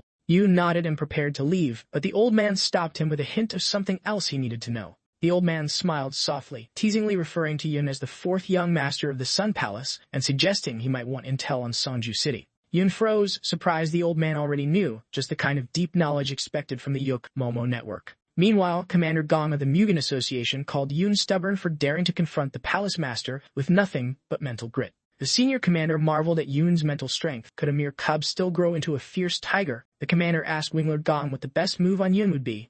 Gong launched into a detailed history lesson about the region and the Mugen's role. Another commander interrupted, telling Gong to get to the point already. Gong said he'd send Chong Miwi to take out the 4th young master as payback for Ji Chunyuk. Chong Miwi promised to shred Yoon on sight. A cautious commander warned that striking now risked angering the Palace Master's fierce enforcers, Maui and Bak Mujon. Gong proposed a stealthy strike, hit and deny, just like past secret attacks. A commander worried the doctor would see through their plan. Gong shrugged it off, saying distraction would buy them time. Another asked if causing an injury to lure Maui out was viable. Gong assured them their own medics could handle the details. They agreed to use the Am Xian poison, guaranteed to draw Jiang Mayang's attention. Gong confirmed poisoning one of their own would force Mao's hand, no matter his usual restraint. Gong speculated if the palace master had sent Yun as an unspoken challenge, a gift wrapped in trouble. The leaders coldly agreed Yun was destined as a Yandan ritual sacrifice, with Ai Wei eager to carve him up like sashimi. Another leader announced both Chung Mai Wei and the Tamjo unit would move together. First sacrifice is tough, but the next gets easier. The leader commanded immediate action, blood for blood, with Hilleburung and Tamjo units mobilizing without delay. In a grand hall, Dr. Jang Myung greeted Yun coolly, noting his tardiness. Yun suggested striking the Mogulan Association, catching the doctor off guard, who demanded an explanation. The doctor wondered if Yun meant the same Mogulan group from last night's fight. Yun clarified it was the one his master targeted. The doctor acknowledged it as the Sun Palace's top power. Yun pressed why the doctor wanted to attack Magellan, a major power. He calmly hinted at an important discovery made just last night. Jang Myong expressed surprise that Yun had uncovered something so quickly after his first night away from the Sun Palace. Yun promised an explanation soon, but asked Jang Myong to focus on what he was about to reveal first. The doctor nodded, prompting Yun to ask when the blood-robed demon first showed in Seongju. The doctor recalled it was about a year back, and Yun probed if anything notable occurred then. Jang Myung remembered the Haryong Merchant Guild, tied to the third young master, once asked him to treat a poisoned victim. He declined, knowing the case was hopeless, and the guild avoided Mogulan's territory to stay clear of trouble. Yun pointed out the Mogulan Association's loyalty to the second young master, while Haryong Merchant Guild backed the third. He wondered aloud what it meant if a Merchant Guild ship had docked in Seongju then. The doctor was taken aback by Yun's insight, quietly questioning how he learned such details. Beyond that one case, he'd never heard of any Merchant Guild dealings with the Mogulan Association. Yun pressed the doctor again on why he thought poisoning was the cause. The doctor recalled the grim symptoms: black spots everywhere, black blood seeping from every facial orifice, classic poisoning signs. He admitted demonic energy or a strong curse could be involved, but found it odd for such forces to act so openly then. Yun pointed out the doctor's mistrust of the Haryong Merchant Guild, sensing something off. The doctor nodded, acknowledging the gravity behind Yun's doubts. Yun argued a merchant guild wouldn't travel far without a special, likely dangerous, trade item in tow. The doctor agreed. Someone in the Haryong Merchant Guild was poisoned by that object, which the Mogulan Association had already bought. Yun confirmed the guess was spot on. Yun internally admired the doctor's sharp mind, thinking talents like his deserved more than a quiet spot in the Central Plains. The doctor added the blood-robed demon's appearance in Seongju was tied to hunting that object. Yun silently agreed. The doctor asked if Yun really planned to strike the Mogulan Association. Yun saw wiping out the source as the simplest solution. The doctor admitted the plan made sense, but worried about the lack of proof. No one even knew what the Mogulan Association had bought. Yun quietly confirmed he knew the object well. It had once belonged to warlord Seon Hwayoon. That object was the legendary weapon forged from a demonic sword that had soaked the Central Plains in blood centuries before. It was called Amcheon Ilgwang, the dark demonic sword of heaven. The doctor confirmed the sword devoured every wielder except the warlord himself. After the warlord vanished, the sword shattered, scattering into demonic energy fragments known as Amcheon fragments. The doctor added one fragment had surfaced in Seongju, that crucial info the fourth young master had to grasp. Yun mused that if the demonic energy was real, he'd sense it entering the Mogulan building. Just then, a knock interrupted their conversation. A man appeared, introducing himself as Mogulan Associations and apologizing sincerely for yesterday's trouble. He hurriedly explained the urgent need to see Dr. Jang Myung, leaving the doctor surprised and curious. The visitor revealed the squad leader was poisoned, bleeding black blood from every orifice, an emergency demanding immediate attention. The man pressed for swift action, causing Dr. Jang Myung to nervously ask who the victim was to warrant such urgency. The man hesitated under strict orders, so Jang Myung refused to follow without details, insisting he couldn't help blindfolded. The visitor admitted his commander's orders were strict and hinted at the young master's lingering pain from a past injury caused by the fourth young master. When asked if it related to the present, the man revealed the poison were the gate guard and Jang Myung's close friend, Dr. Su Ra-yeon. Yun's mind raced, questioning if this poisoning of Jang Myung's friend was more than just bad timing. The man explained the poison guard was brought to Dr. Su, only for both to show signs of poisoning, black blood leaking eerily from every pore. Alarmed, Jang Myung insisted on going immediately with the fourth young master to get to the bottom of this crisis. The visitor cut in, warning the young master wasn't allowed inside the Mogulan Association's main building. Jang Myung bristled, protesting the refusal. How could they bar a Sun Palace official from entering? The visitor calmly explained the ban was for the young master's own safety. Jang Myung took offense, calling it a slap against the association's honor. The visitor feared the young master might attack the second young master if they met. Despite Jang Myung's insistence on bringing him, Yun quietly offered to go solo. Yun's confident smile said it all. He wasn't a kid and trusted he could handle whatever Mogulan threw at him alone. Jang Myung agreed but warned Yun to seek the head of security if things went sideways. Gi Hunjao had his back. Once Jang Myung left, Yun mulled over the lurking danger, alone with a heavy sense of foreboding. Deep down, Yoon sensed a storm of blood was about to crash down on him. Without warning, arrows shot through the room, sharp and deadly. The impact triggered an explosion, filling the space with choking smoke. Amid the chaos, Yoon stood unshaken, prepared to turn incoming bloodshed into victory for himself. He calmly summoned Sibir Young, seeking an update on the unfolding chaos. Sibir reported half the Hula Barang and Tamjo units were mobilizing, replacing personnel swiftly. Yoon inquired about Tamjo. Sibir explained they were more spies and covert operatives than straightforward assassins. Yoon didn't beat around the bush. He asked Sibir straight up about his chances of survival. After a pause, Yoon pressed Sibir for an honest answer, no sugarcoating. Yoon threw down a wager. He'd bet on living Sibir on his demise. If Yoon won, Sibir had to spill all the answers he wanted. Surprised, Sibir doubted things would change even if Yoon survived. Yoon just smiled, confident he was already winning. Sibir Young stayed quiet, then vanished abruptly, leaving no room for questions. Yoon noticed a creeping toxic smoke and quickly figured it was paralyzing gas, not lethal poison. It clicked. Someone wanted him out cold, closing in fast with no time to waste.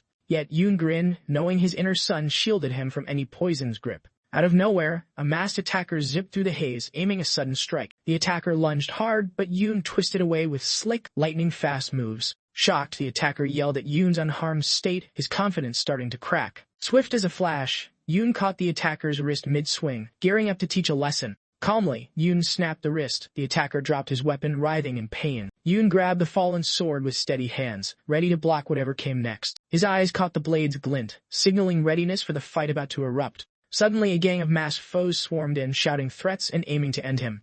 Yoon ignored their yelling, flowing through their attacks with smooth, effortless grace. Then, he unleashed a heavy strike, his signature slash, packing serious power. He kept the pressure, speeding up his blows to a blur, pushing his limits. One by one, enemies fell as Yoon's swordsmanship sliced through with expert precision. Blood dripped from the blade's edge. Yoon mused that a weapon only gains weight with every drop. He silently accepted his fate. As Warlord Hwayoon, his sword would feast on enemies' blood. The last foes scrambled back, their screams marking a hasty retreat. Yoon mocked them coolly, suggesting begging for mercy like stray dogs might save their skins. He taunted them further, labeling their fear and weakness worse than any stray dogs. Smirking, Yoon admitted his inner energy was weak, but his moves synced perfectly with his Sun Core's rhythm.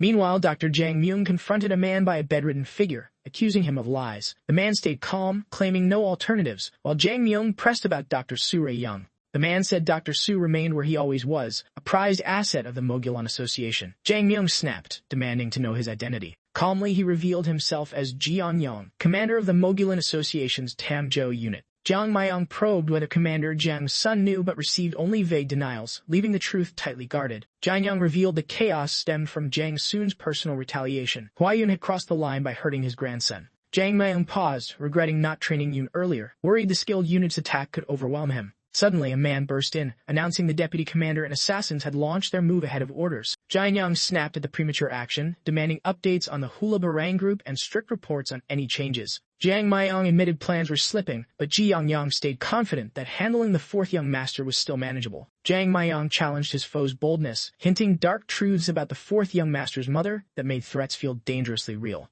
A chilling black aura wrapped the doctor, declaring his own damnation, and ominously predicting Jang Myung would beat him there. Jang Myung coolly accepted the challenge, fully prepared to trade his life if that's what it took. The doctor sneered at Jang's life, dismissing it as worthless. Jang retorted with dry sarcasm, wondering if the fourth young master would claim his head personal. Maybe, came the cold reply. Jang Myung's mocking laugh hinted he wasn't worried. He looked forward to whatever chaos was brewing. With a sly smile, the man predicted Jang Myung's downfall and dropped a twist. The gate guard, not Dr. Soo, had been poisoned, a little game for Jang Myung to investigate. Alone, Jang Myung considered the fourth young master best suited to lead Tamjo and recalled Bakmu Jun was close by, a meeting that might turn the tide. Jang Myung acknowledged the urgency to test the fourth young master's theory that had shaken the entire operation into motion. Tension rose as Jang Myung struggled to grasp the Mogulan Association's bold moves, silently questioning if the Lord of the Palace had foreseen the storm. Doubt crept in whether sending the fourth young master to Seongju, deep in enemy territory, was part of some larger plan.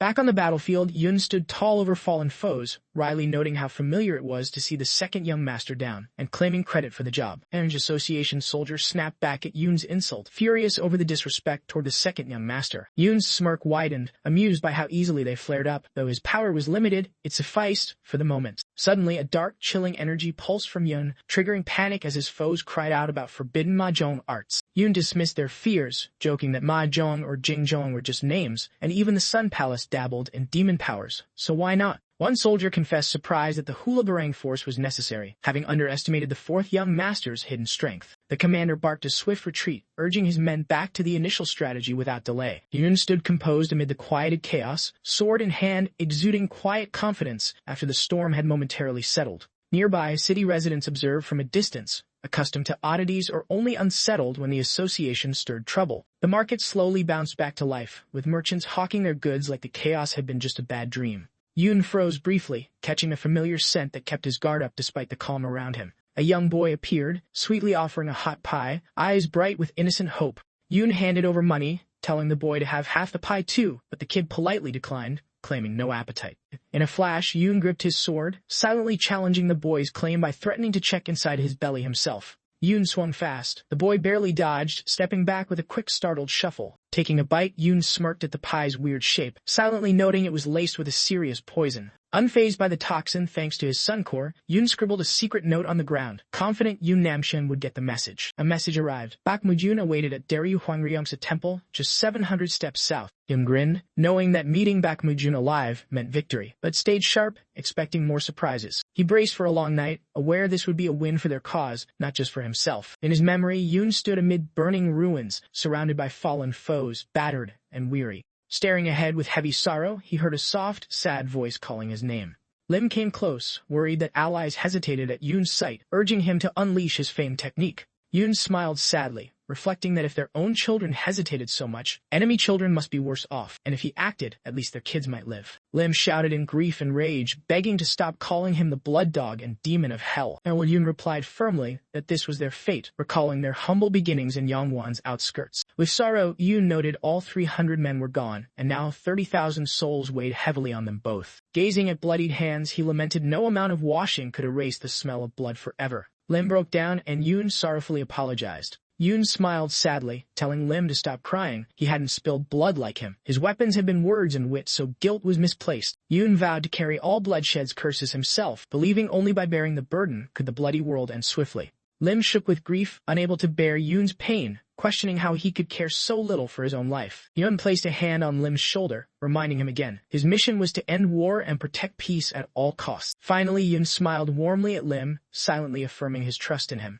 Memories flashing, Yoon unleashed a fierce violet aura, making it clear destruction was all he knew, like a relentless vampire on a killing spree. His brutal assault drained enemies' souls, sparking a twisted hunger that warped them into monstrous forms in a vicious, dark cycle. Surprisingly, the dark energy and his sun power coexisted awkwardly, like oil and water, neither overpowering the other. Yoon glanced at the enemy commander, teasing about an old lady joining the fight, sarcastically daring the commander to step up. The commander shook with fear, nervously questioning if Yoon really was the infamous fourth young master. Yoon shot back mockingly, confirming his identity and daring the commander to face him personally if he wished to sacrifice his troops. The commander spat insults, calling Yoon a demon. Yoon coolly retorted that the true demon was the one throwing his men to the wolves. Anxiety gripped the commander as chaos unfolded, knowing that after betraying the old swordmaster, retreat wasn't an option. They had to finish the mission. Fighters rushed Yoon's way, shouting urgent warnings, hoping to catch him off guard.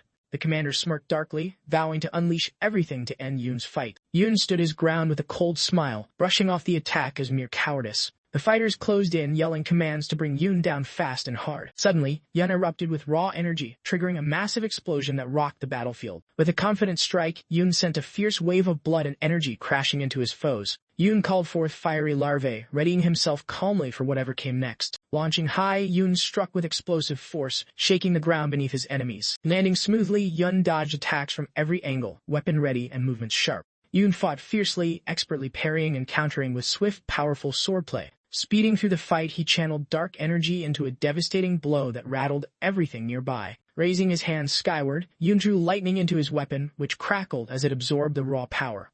Lightning-lit eyes and a fierce aura set the stage for Yoon's final devastating strike. Yoon unleashed brain thunder, sparking huge explosions and deadly bolts that sent enemies reeling. Watching from a distance, a commander gasped in disbelief, stunned to realize he was the target. The commander's face tightened with panic, knowing things were out of control, while Iseo Cheon, the Lord of Law, silently observed. Elsewhere, another commander barked orders to regroup in threes, desperate to steady the chaos on the battlefield. Yoon stood steady at the battlefield's center, eyes sharp, ready for whatever attack might come his way. Across the field, a commander eyed Yoon's unusual power, impressed by his lightning and destructive energy, guessing his strength might be running low after the heavy spell. Just as victory seemed certain, the commander sensed an unexpected presence, jolting him with surprise. Calm and composed, Yoon appeared suddenly and offered help with a cold edge, leaving the commander stunned and speechless. Yoon spun around to face a newcomer behind him, questioning their sudden arrival with icy suspicion. A mysterious girl smiled calmly, claiming to be just passing through by chance. She casually mentioned a scheduled appointment at the large building ahead. Yoon calmly requested her name, keeping his guard up. She introduced herself as Hwayoon, confessing to being an unwelcome guest in Seongju City, unsure of where to turn.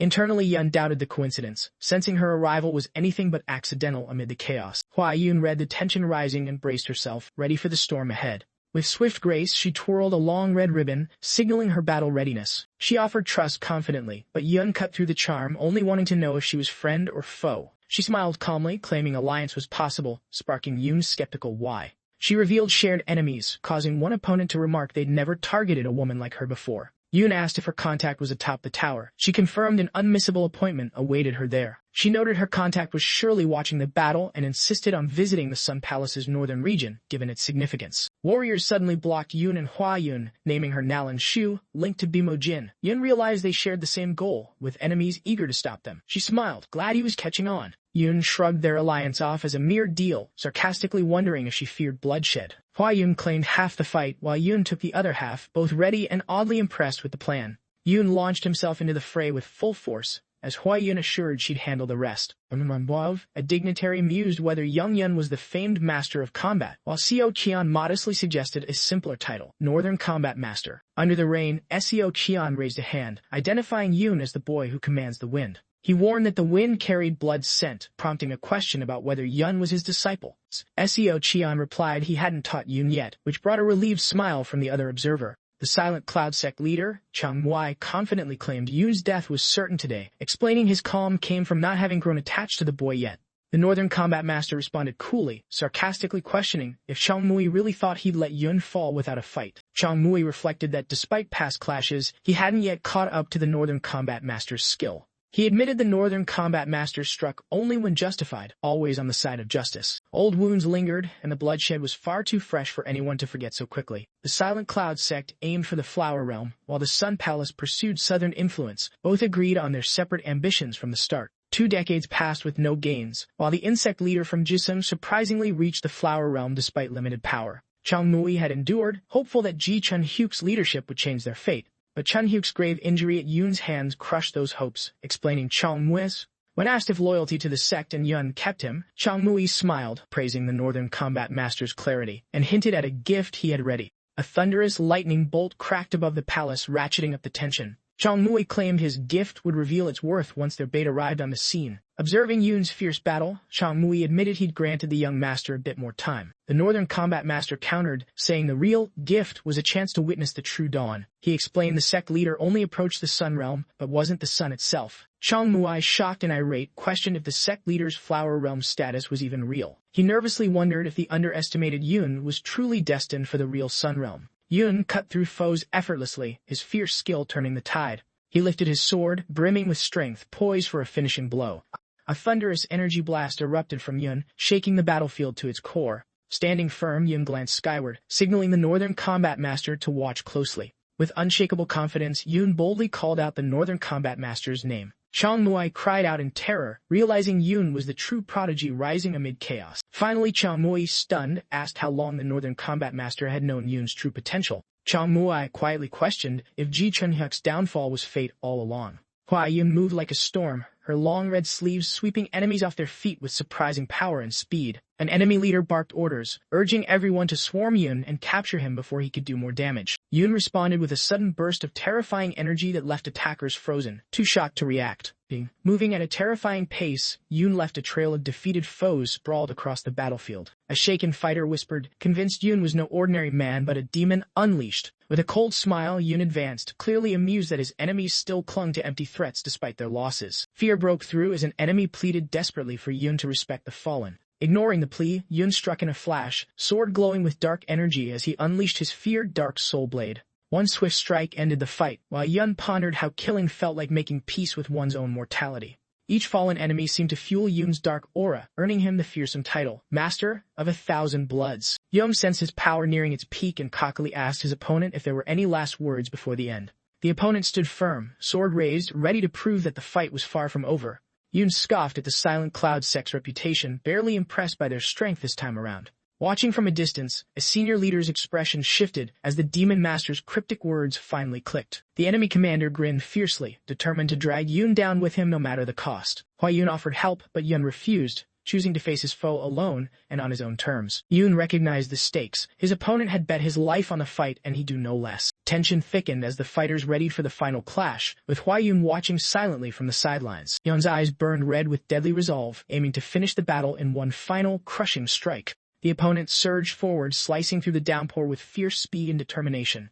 Energy crackled around him as he prepared to unleash the fearsome 400 cutting strike. Yoon stayed cool, admitting he hadn't yet returned to full strength, yet he was far from worried. Confident, Yoon vowed to reveal the true might of his Annihilation Blade technique. Their blades met with earth-shattering force, sending shockwaves and explosions rippling through the battlefield. The enemy was sliced clean in two but grinned one last time, satisfied with the outcome despite defeat. The enemy's body crumpled under Yoon's unstoppable force, ending his fight in a tragic instant. While Yoon watched quietly, eyes wide with awe, as the brutal battle finally wound down. Struggling to sit, Yoon grabbed his sword once more, signaling the fight was far from finished. Yoon reminded Hwayoon that this was only the start, echoing the opponent's own ominous words. Hwayoon questioned if unleashing all that power had been wise or just reckless. Yoon calmly assured her it was worth it. Without limits, he wouldn't hesitate, but defeating the enemy meant burning through every drop of his energy. Yoon realized Hwayoon's true identity, turning with a slight smile to confirm his guess. He revealed she was from the Scarlet Dragon clan Juko, known as Little Dragon Myung, honorable. Surprise flickered across Hwayoon's face as she stared silently at Yoon. After a pause, she smiled in disbelief, quietly amazed he'd figured out her true self. She laughed, joking that her disguise was so good no one recognized her voice or presence. Yoon mentally joked about how even her striking black eyes failed to give her away. Smiling, she finally asked how he'd uncovered her secret.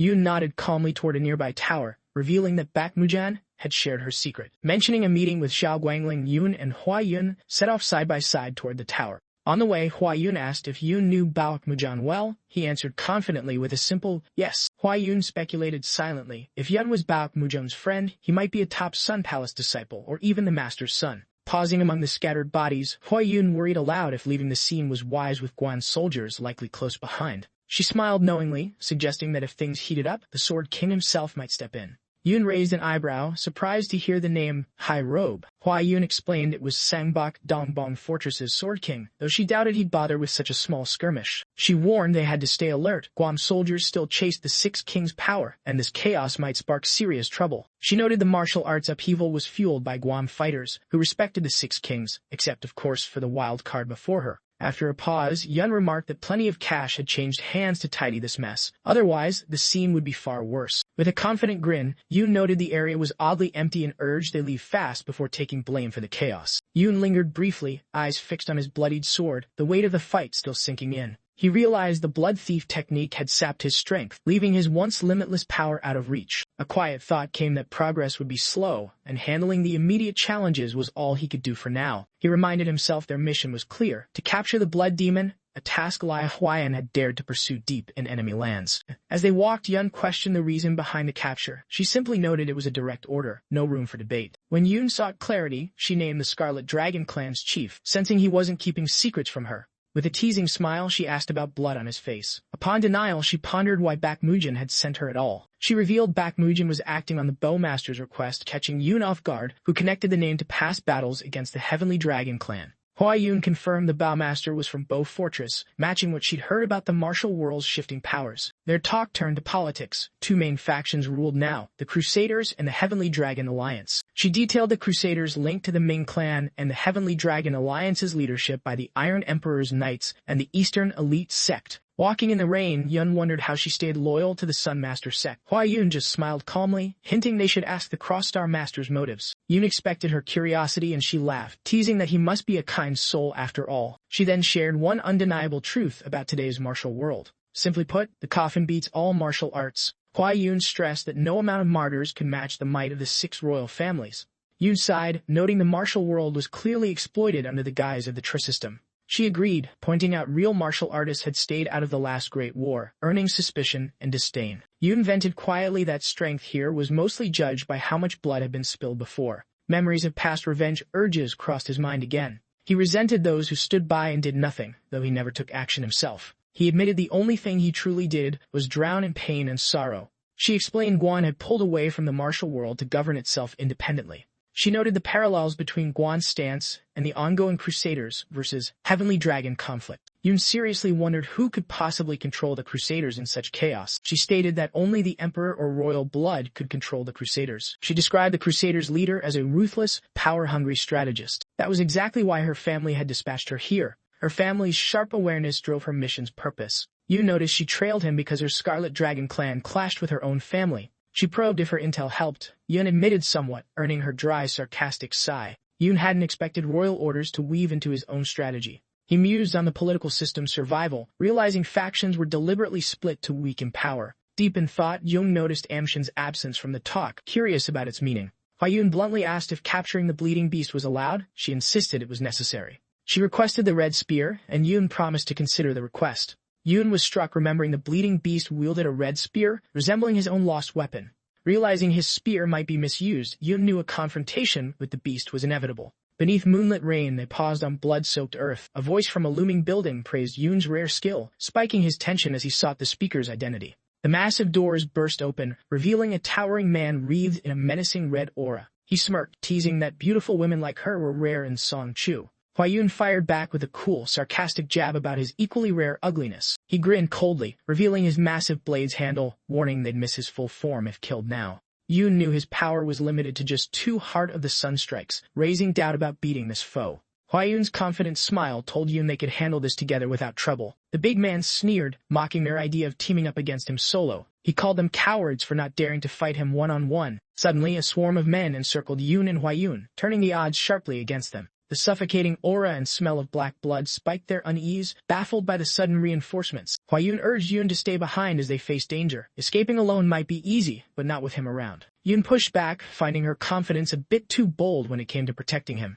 Hwayoon was unfazed, pointing out his energy had been nearly spent after that last red sword move. The big man sneered, making it clear they were cornered with no way out. Surrounded and trapped, Hwayoon suggested Yoon brace himself. She was about to get a bit intense. The big guy grinned darkly, telling her she could leave. Only Yoon's head was on their list. Hwayoon brushed off his threat and oddly asked to enter the building, leaving him puzzled. With a sweet smile, she mentioned 2 promises, one old, one just made yesterday. Her words unsettled him, sparking confused glances among his men. Then she called out for Yatodai Chongwei. From the tower's peak, a booming laugh echoed as another giant appeared, mocking the scene below. He wondered who this Hwayoon was to carry such bold confidence. He jumped down into the courtyard, grinning as he noted Hwayoon's familiarity with him.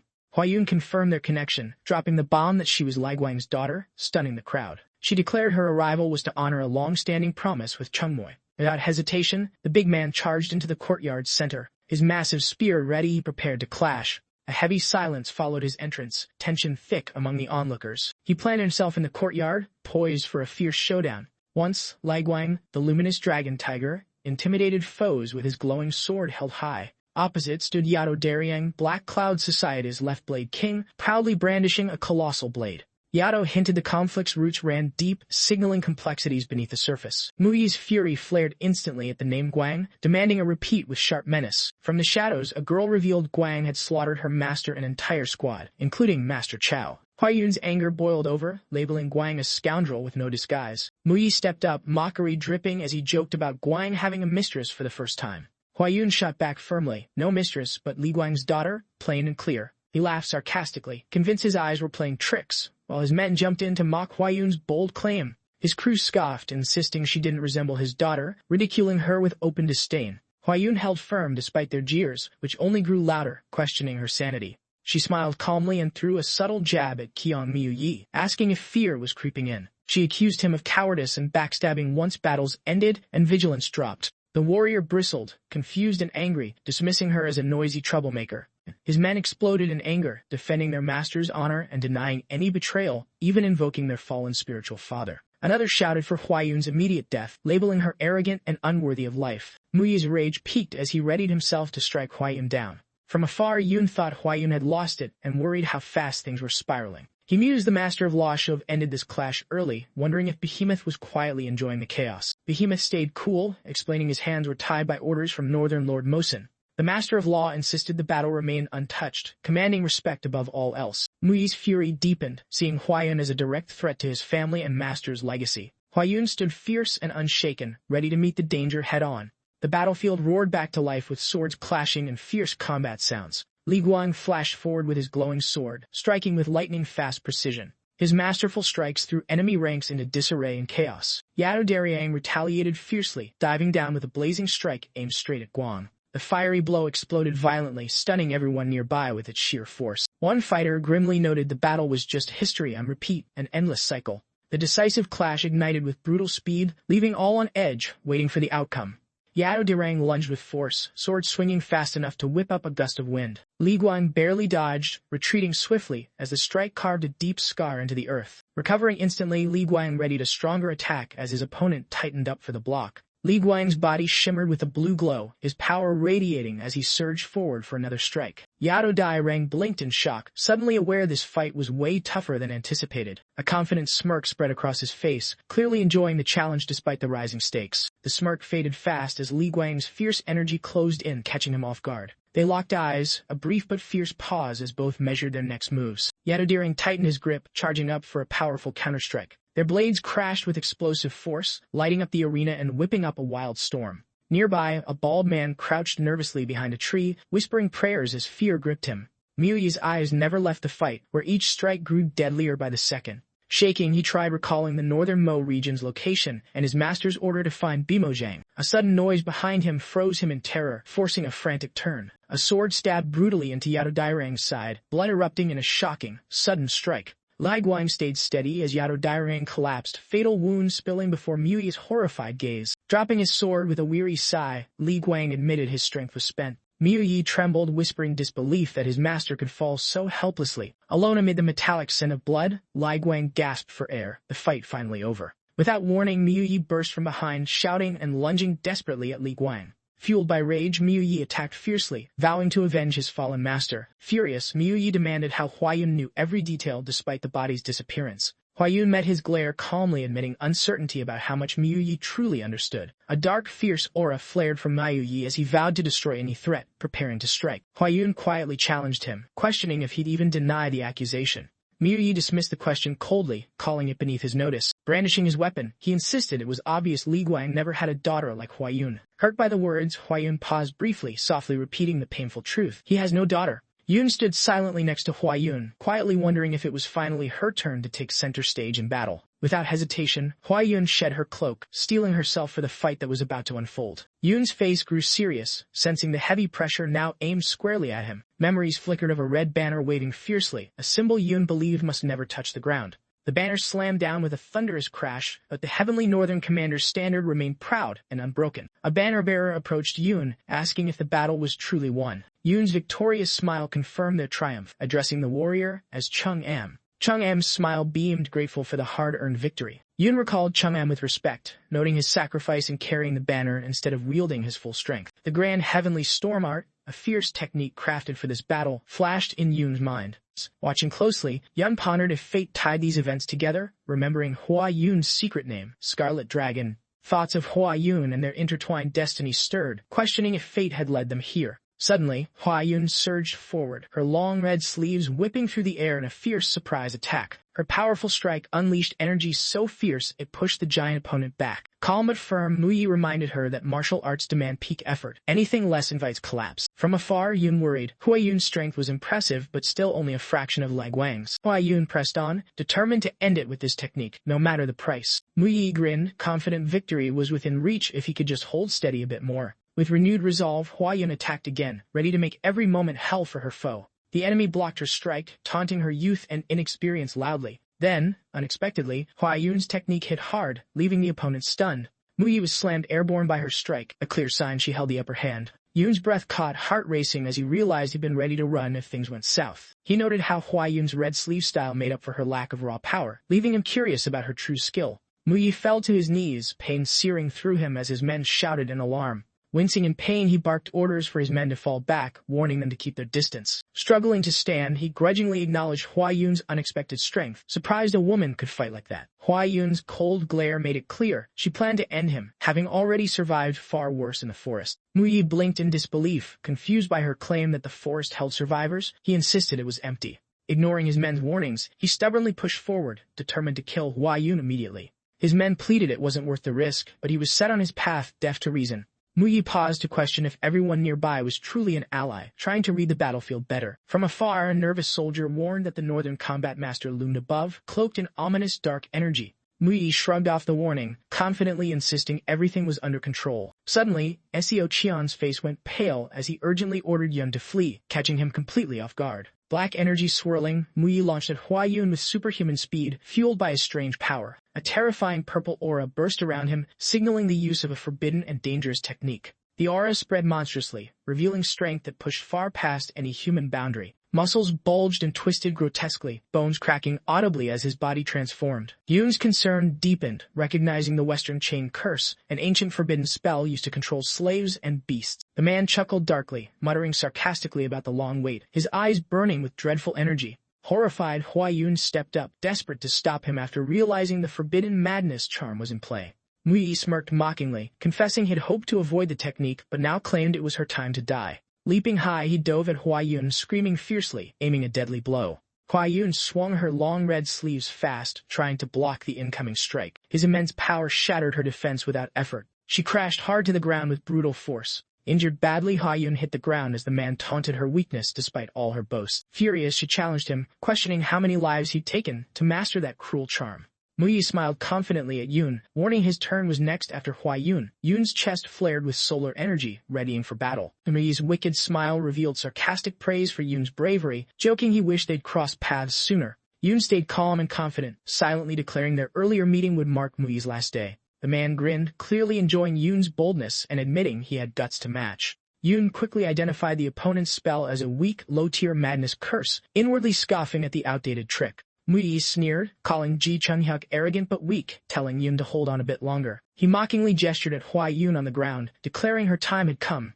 Yoon's solar energy strained against the curse, sensing it wasn't ordinary dark magic after all. Muyi approached Hwayoon steadily, his aura terrifying, while Yoon grew uneasy. This forbidden technique held secrets still unknown. Dread hung heavy as Muyi neared, with Hwayoon helpless beneath his overwhelming might. Muyi taunted her, suggesting she still had the option to call the young master for help. Hwayoon's resolve flared. She wasn't done yet and ready to keep fighting. Young's expression hardened, alert and ready for whatever came next. Hwayoon mocked Muyi, questioning if forbidden curses really made him powerful or just desperate. Dark energy pulsed fiercely as Muyi dismissed her words, showing no patience for lectures. With a roar, he charged Hwayoon, focused only on one brutal goal. Taunting her arrogance, he promised to crush her easily. Hwayoon watched coolly, calling the scene a disgrace. Muyi provoked her, daring Hwayoon to approach, ready to humiliate her by standing his ground. Yoon stood calm in the rain, thinking surrendering control was strategic. Raw power didn't always win. Muyi sneered, threatening to reveal what Li Guang's sword whispered before his death. Preparing to strike, Hwayoon rejected him as unworthy even to mention Li Guang's name.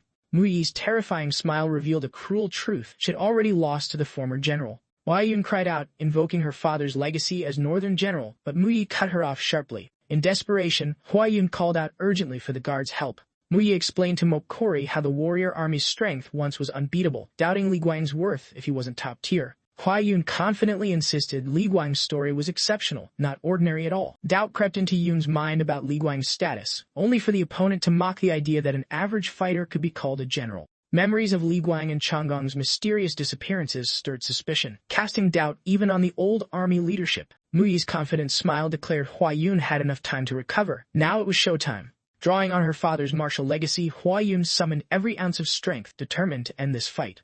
Muyi's challenging smile made it clear, words alone never won battles. Fueled by fury, Hwayoon launched a last-ditch charge to finish things once and for all. Her red energy morphed into a massive, fearsome face, lunging forward with terrifying power. Yoon dashed forward but quickly saw Hwayoon's strike wouldn't be enough. Hope was fading fast. A giant bolt-shaped energy surged behind the foe as Yoon raced to stop the looming catastrophe. The enemy slammed down with crushing force, aiming to obliterate Hwayoon completely. The impact unleashed a massive explosion, sending a violent shockwave rippling across the battlefield. Far off, the Master of Law watched silently, expression unreadable, noting the expected arrival was still missing. His tone carried sadness and frustration, only unexpected faces kept showing up. Suddenly, a dark figure emerged behind him, glowing red eyes cutting through the tension like a blade. This is the end of the video. Thank you for watching. Before you go, don't forget to subscribe and smash that like button until explosion. See you on the next video.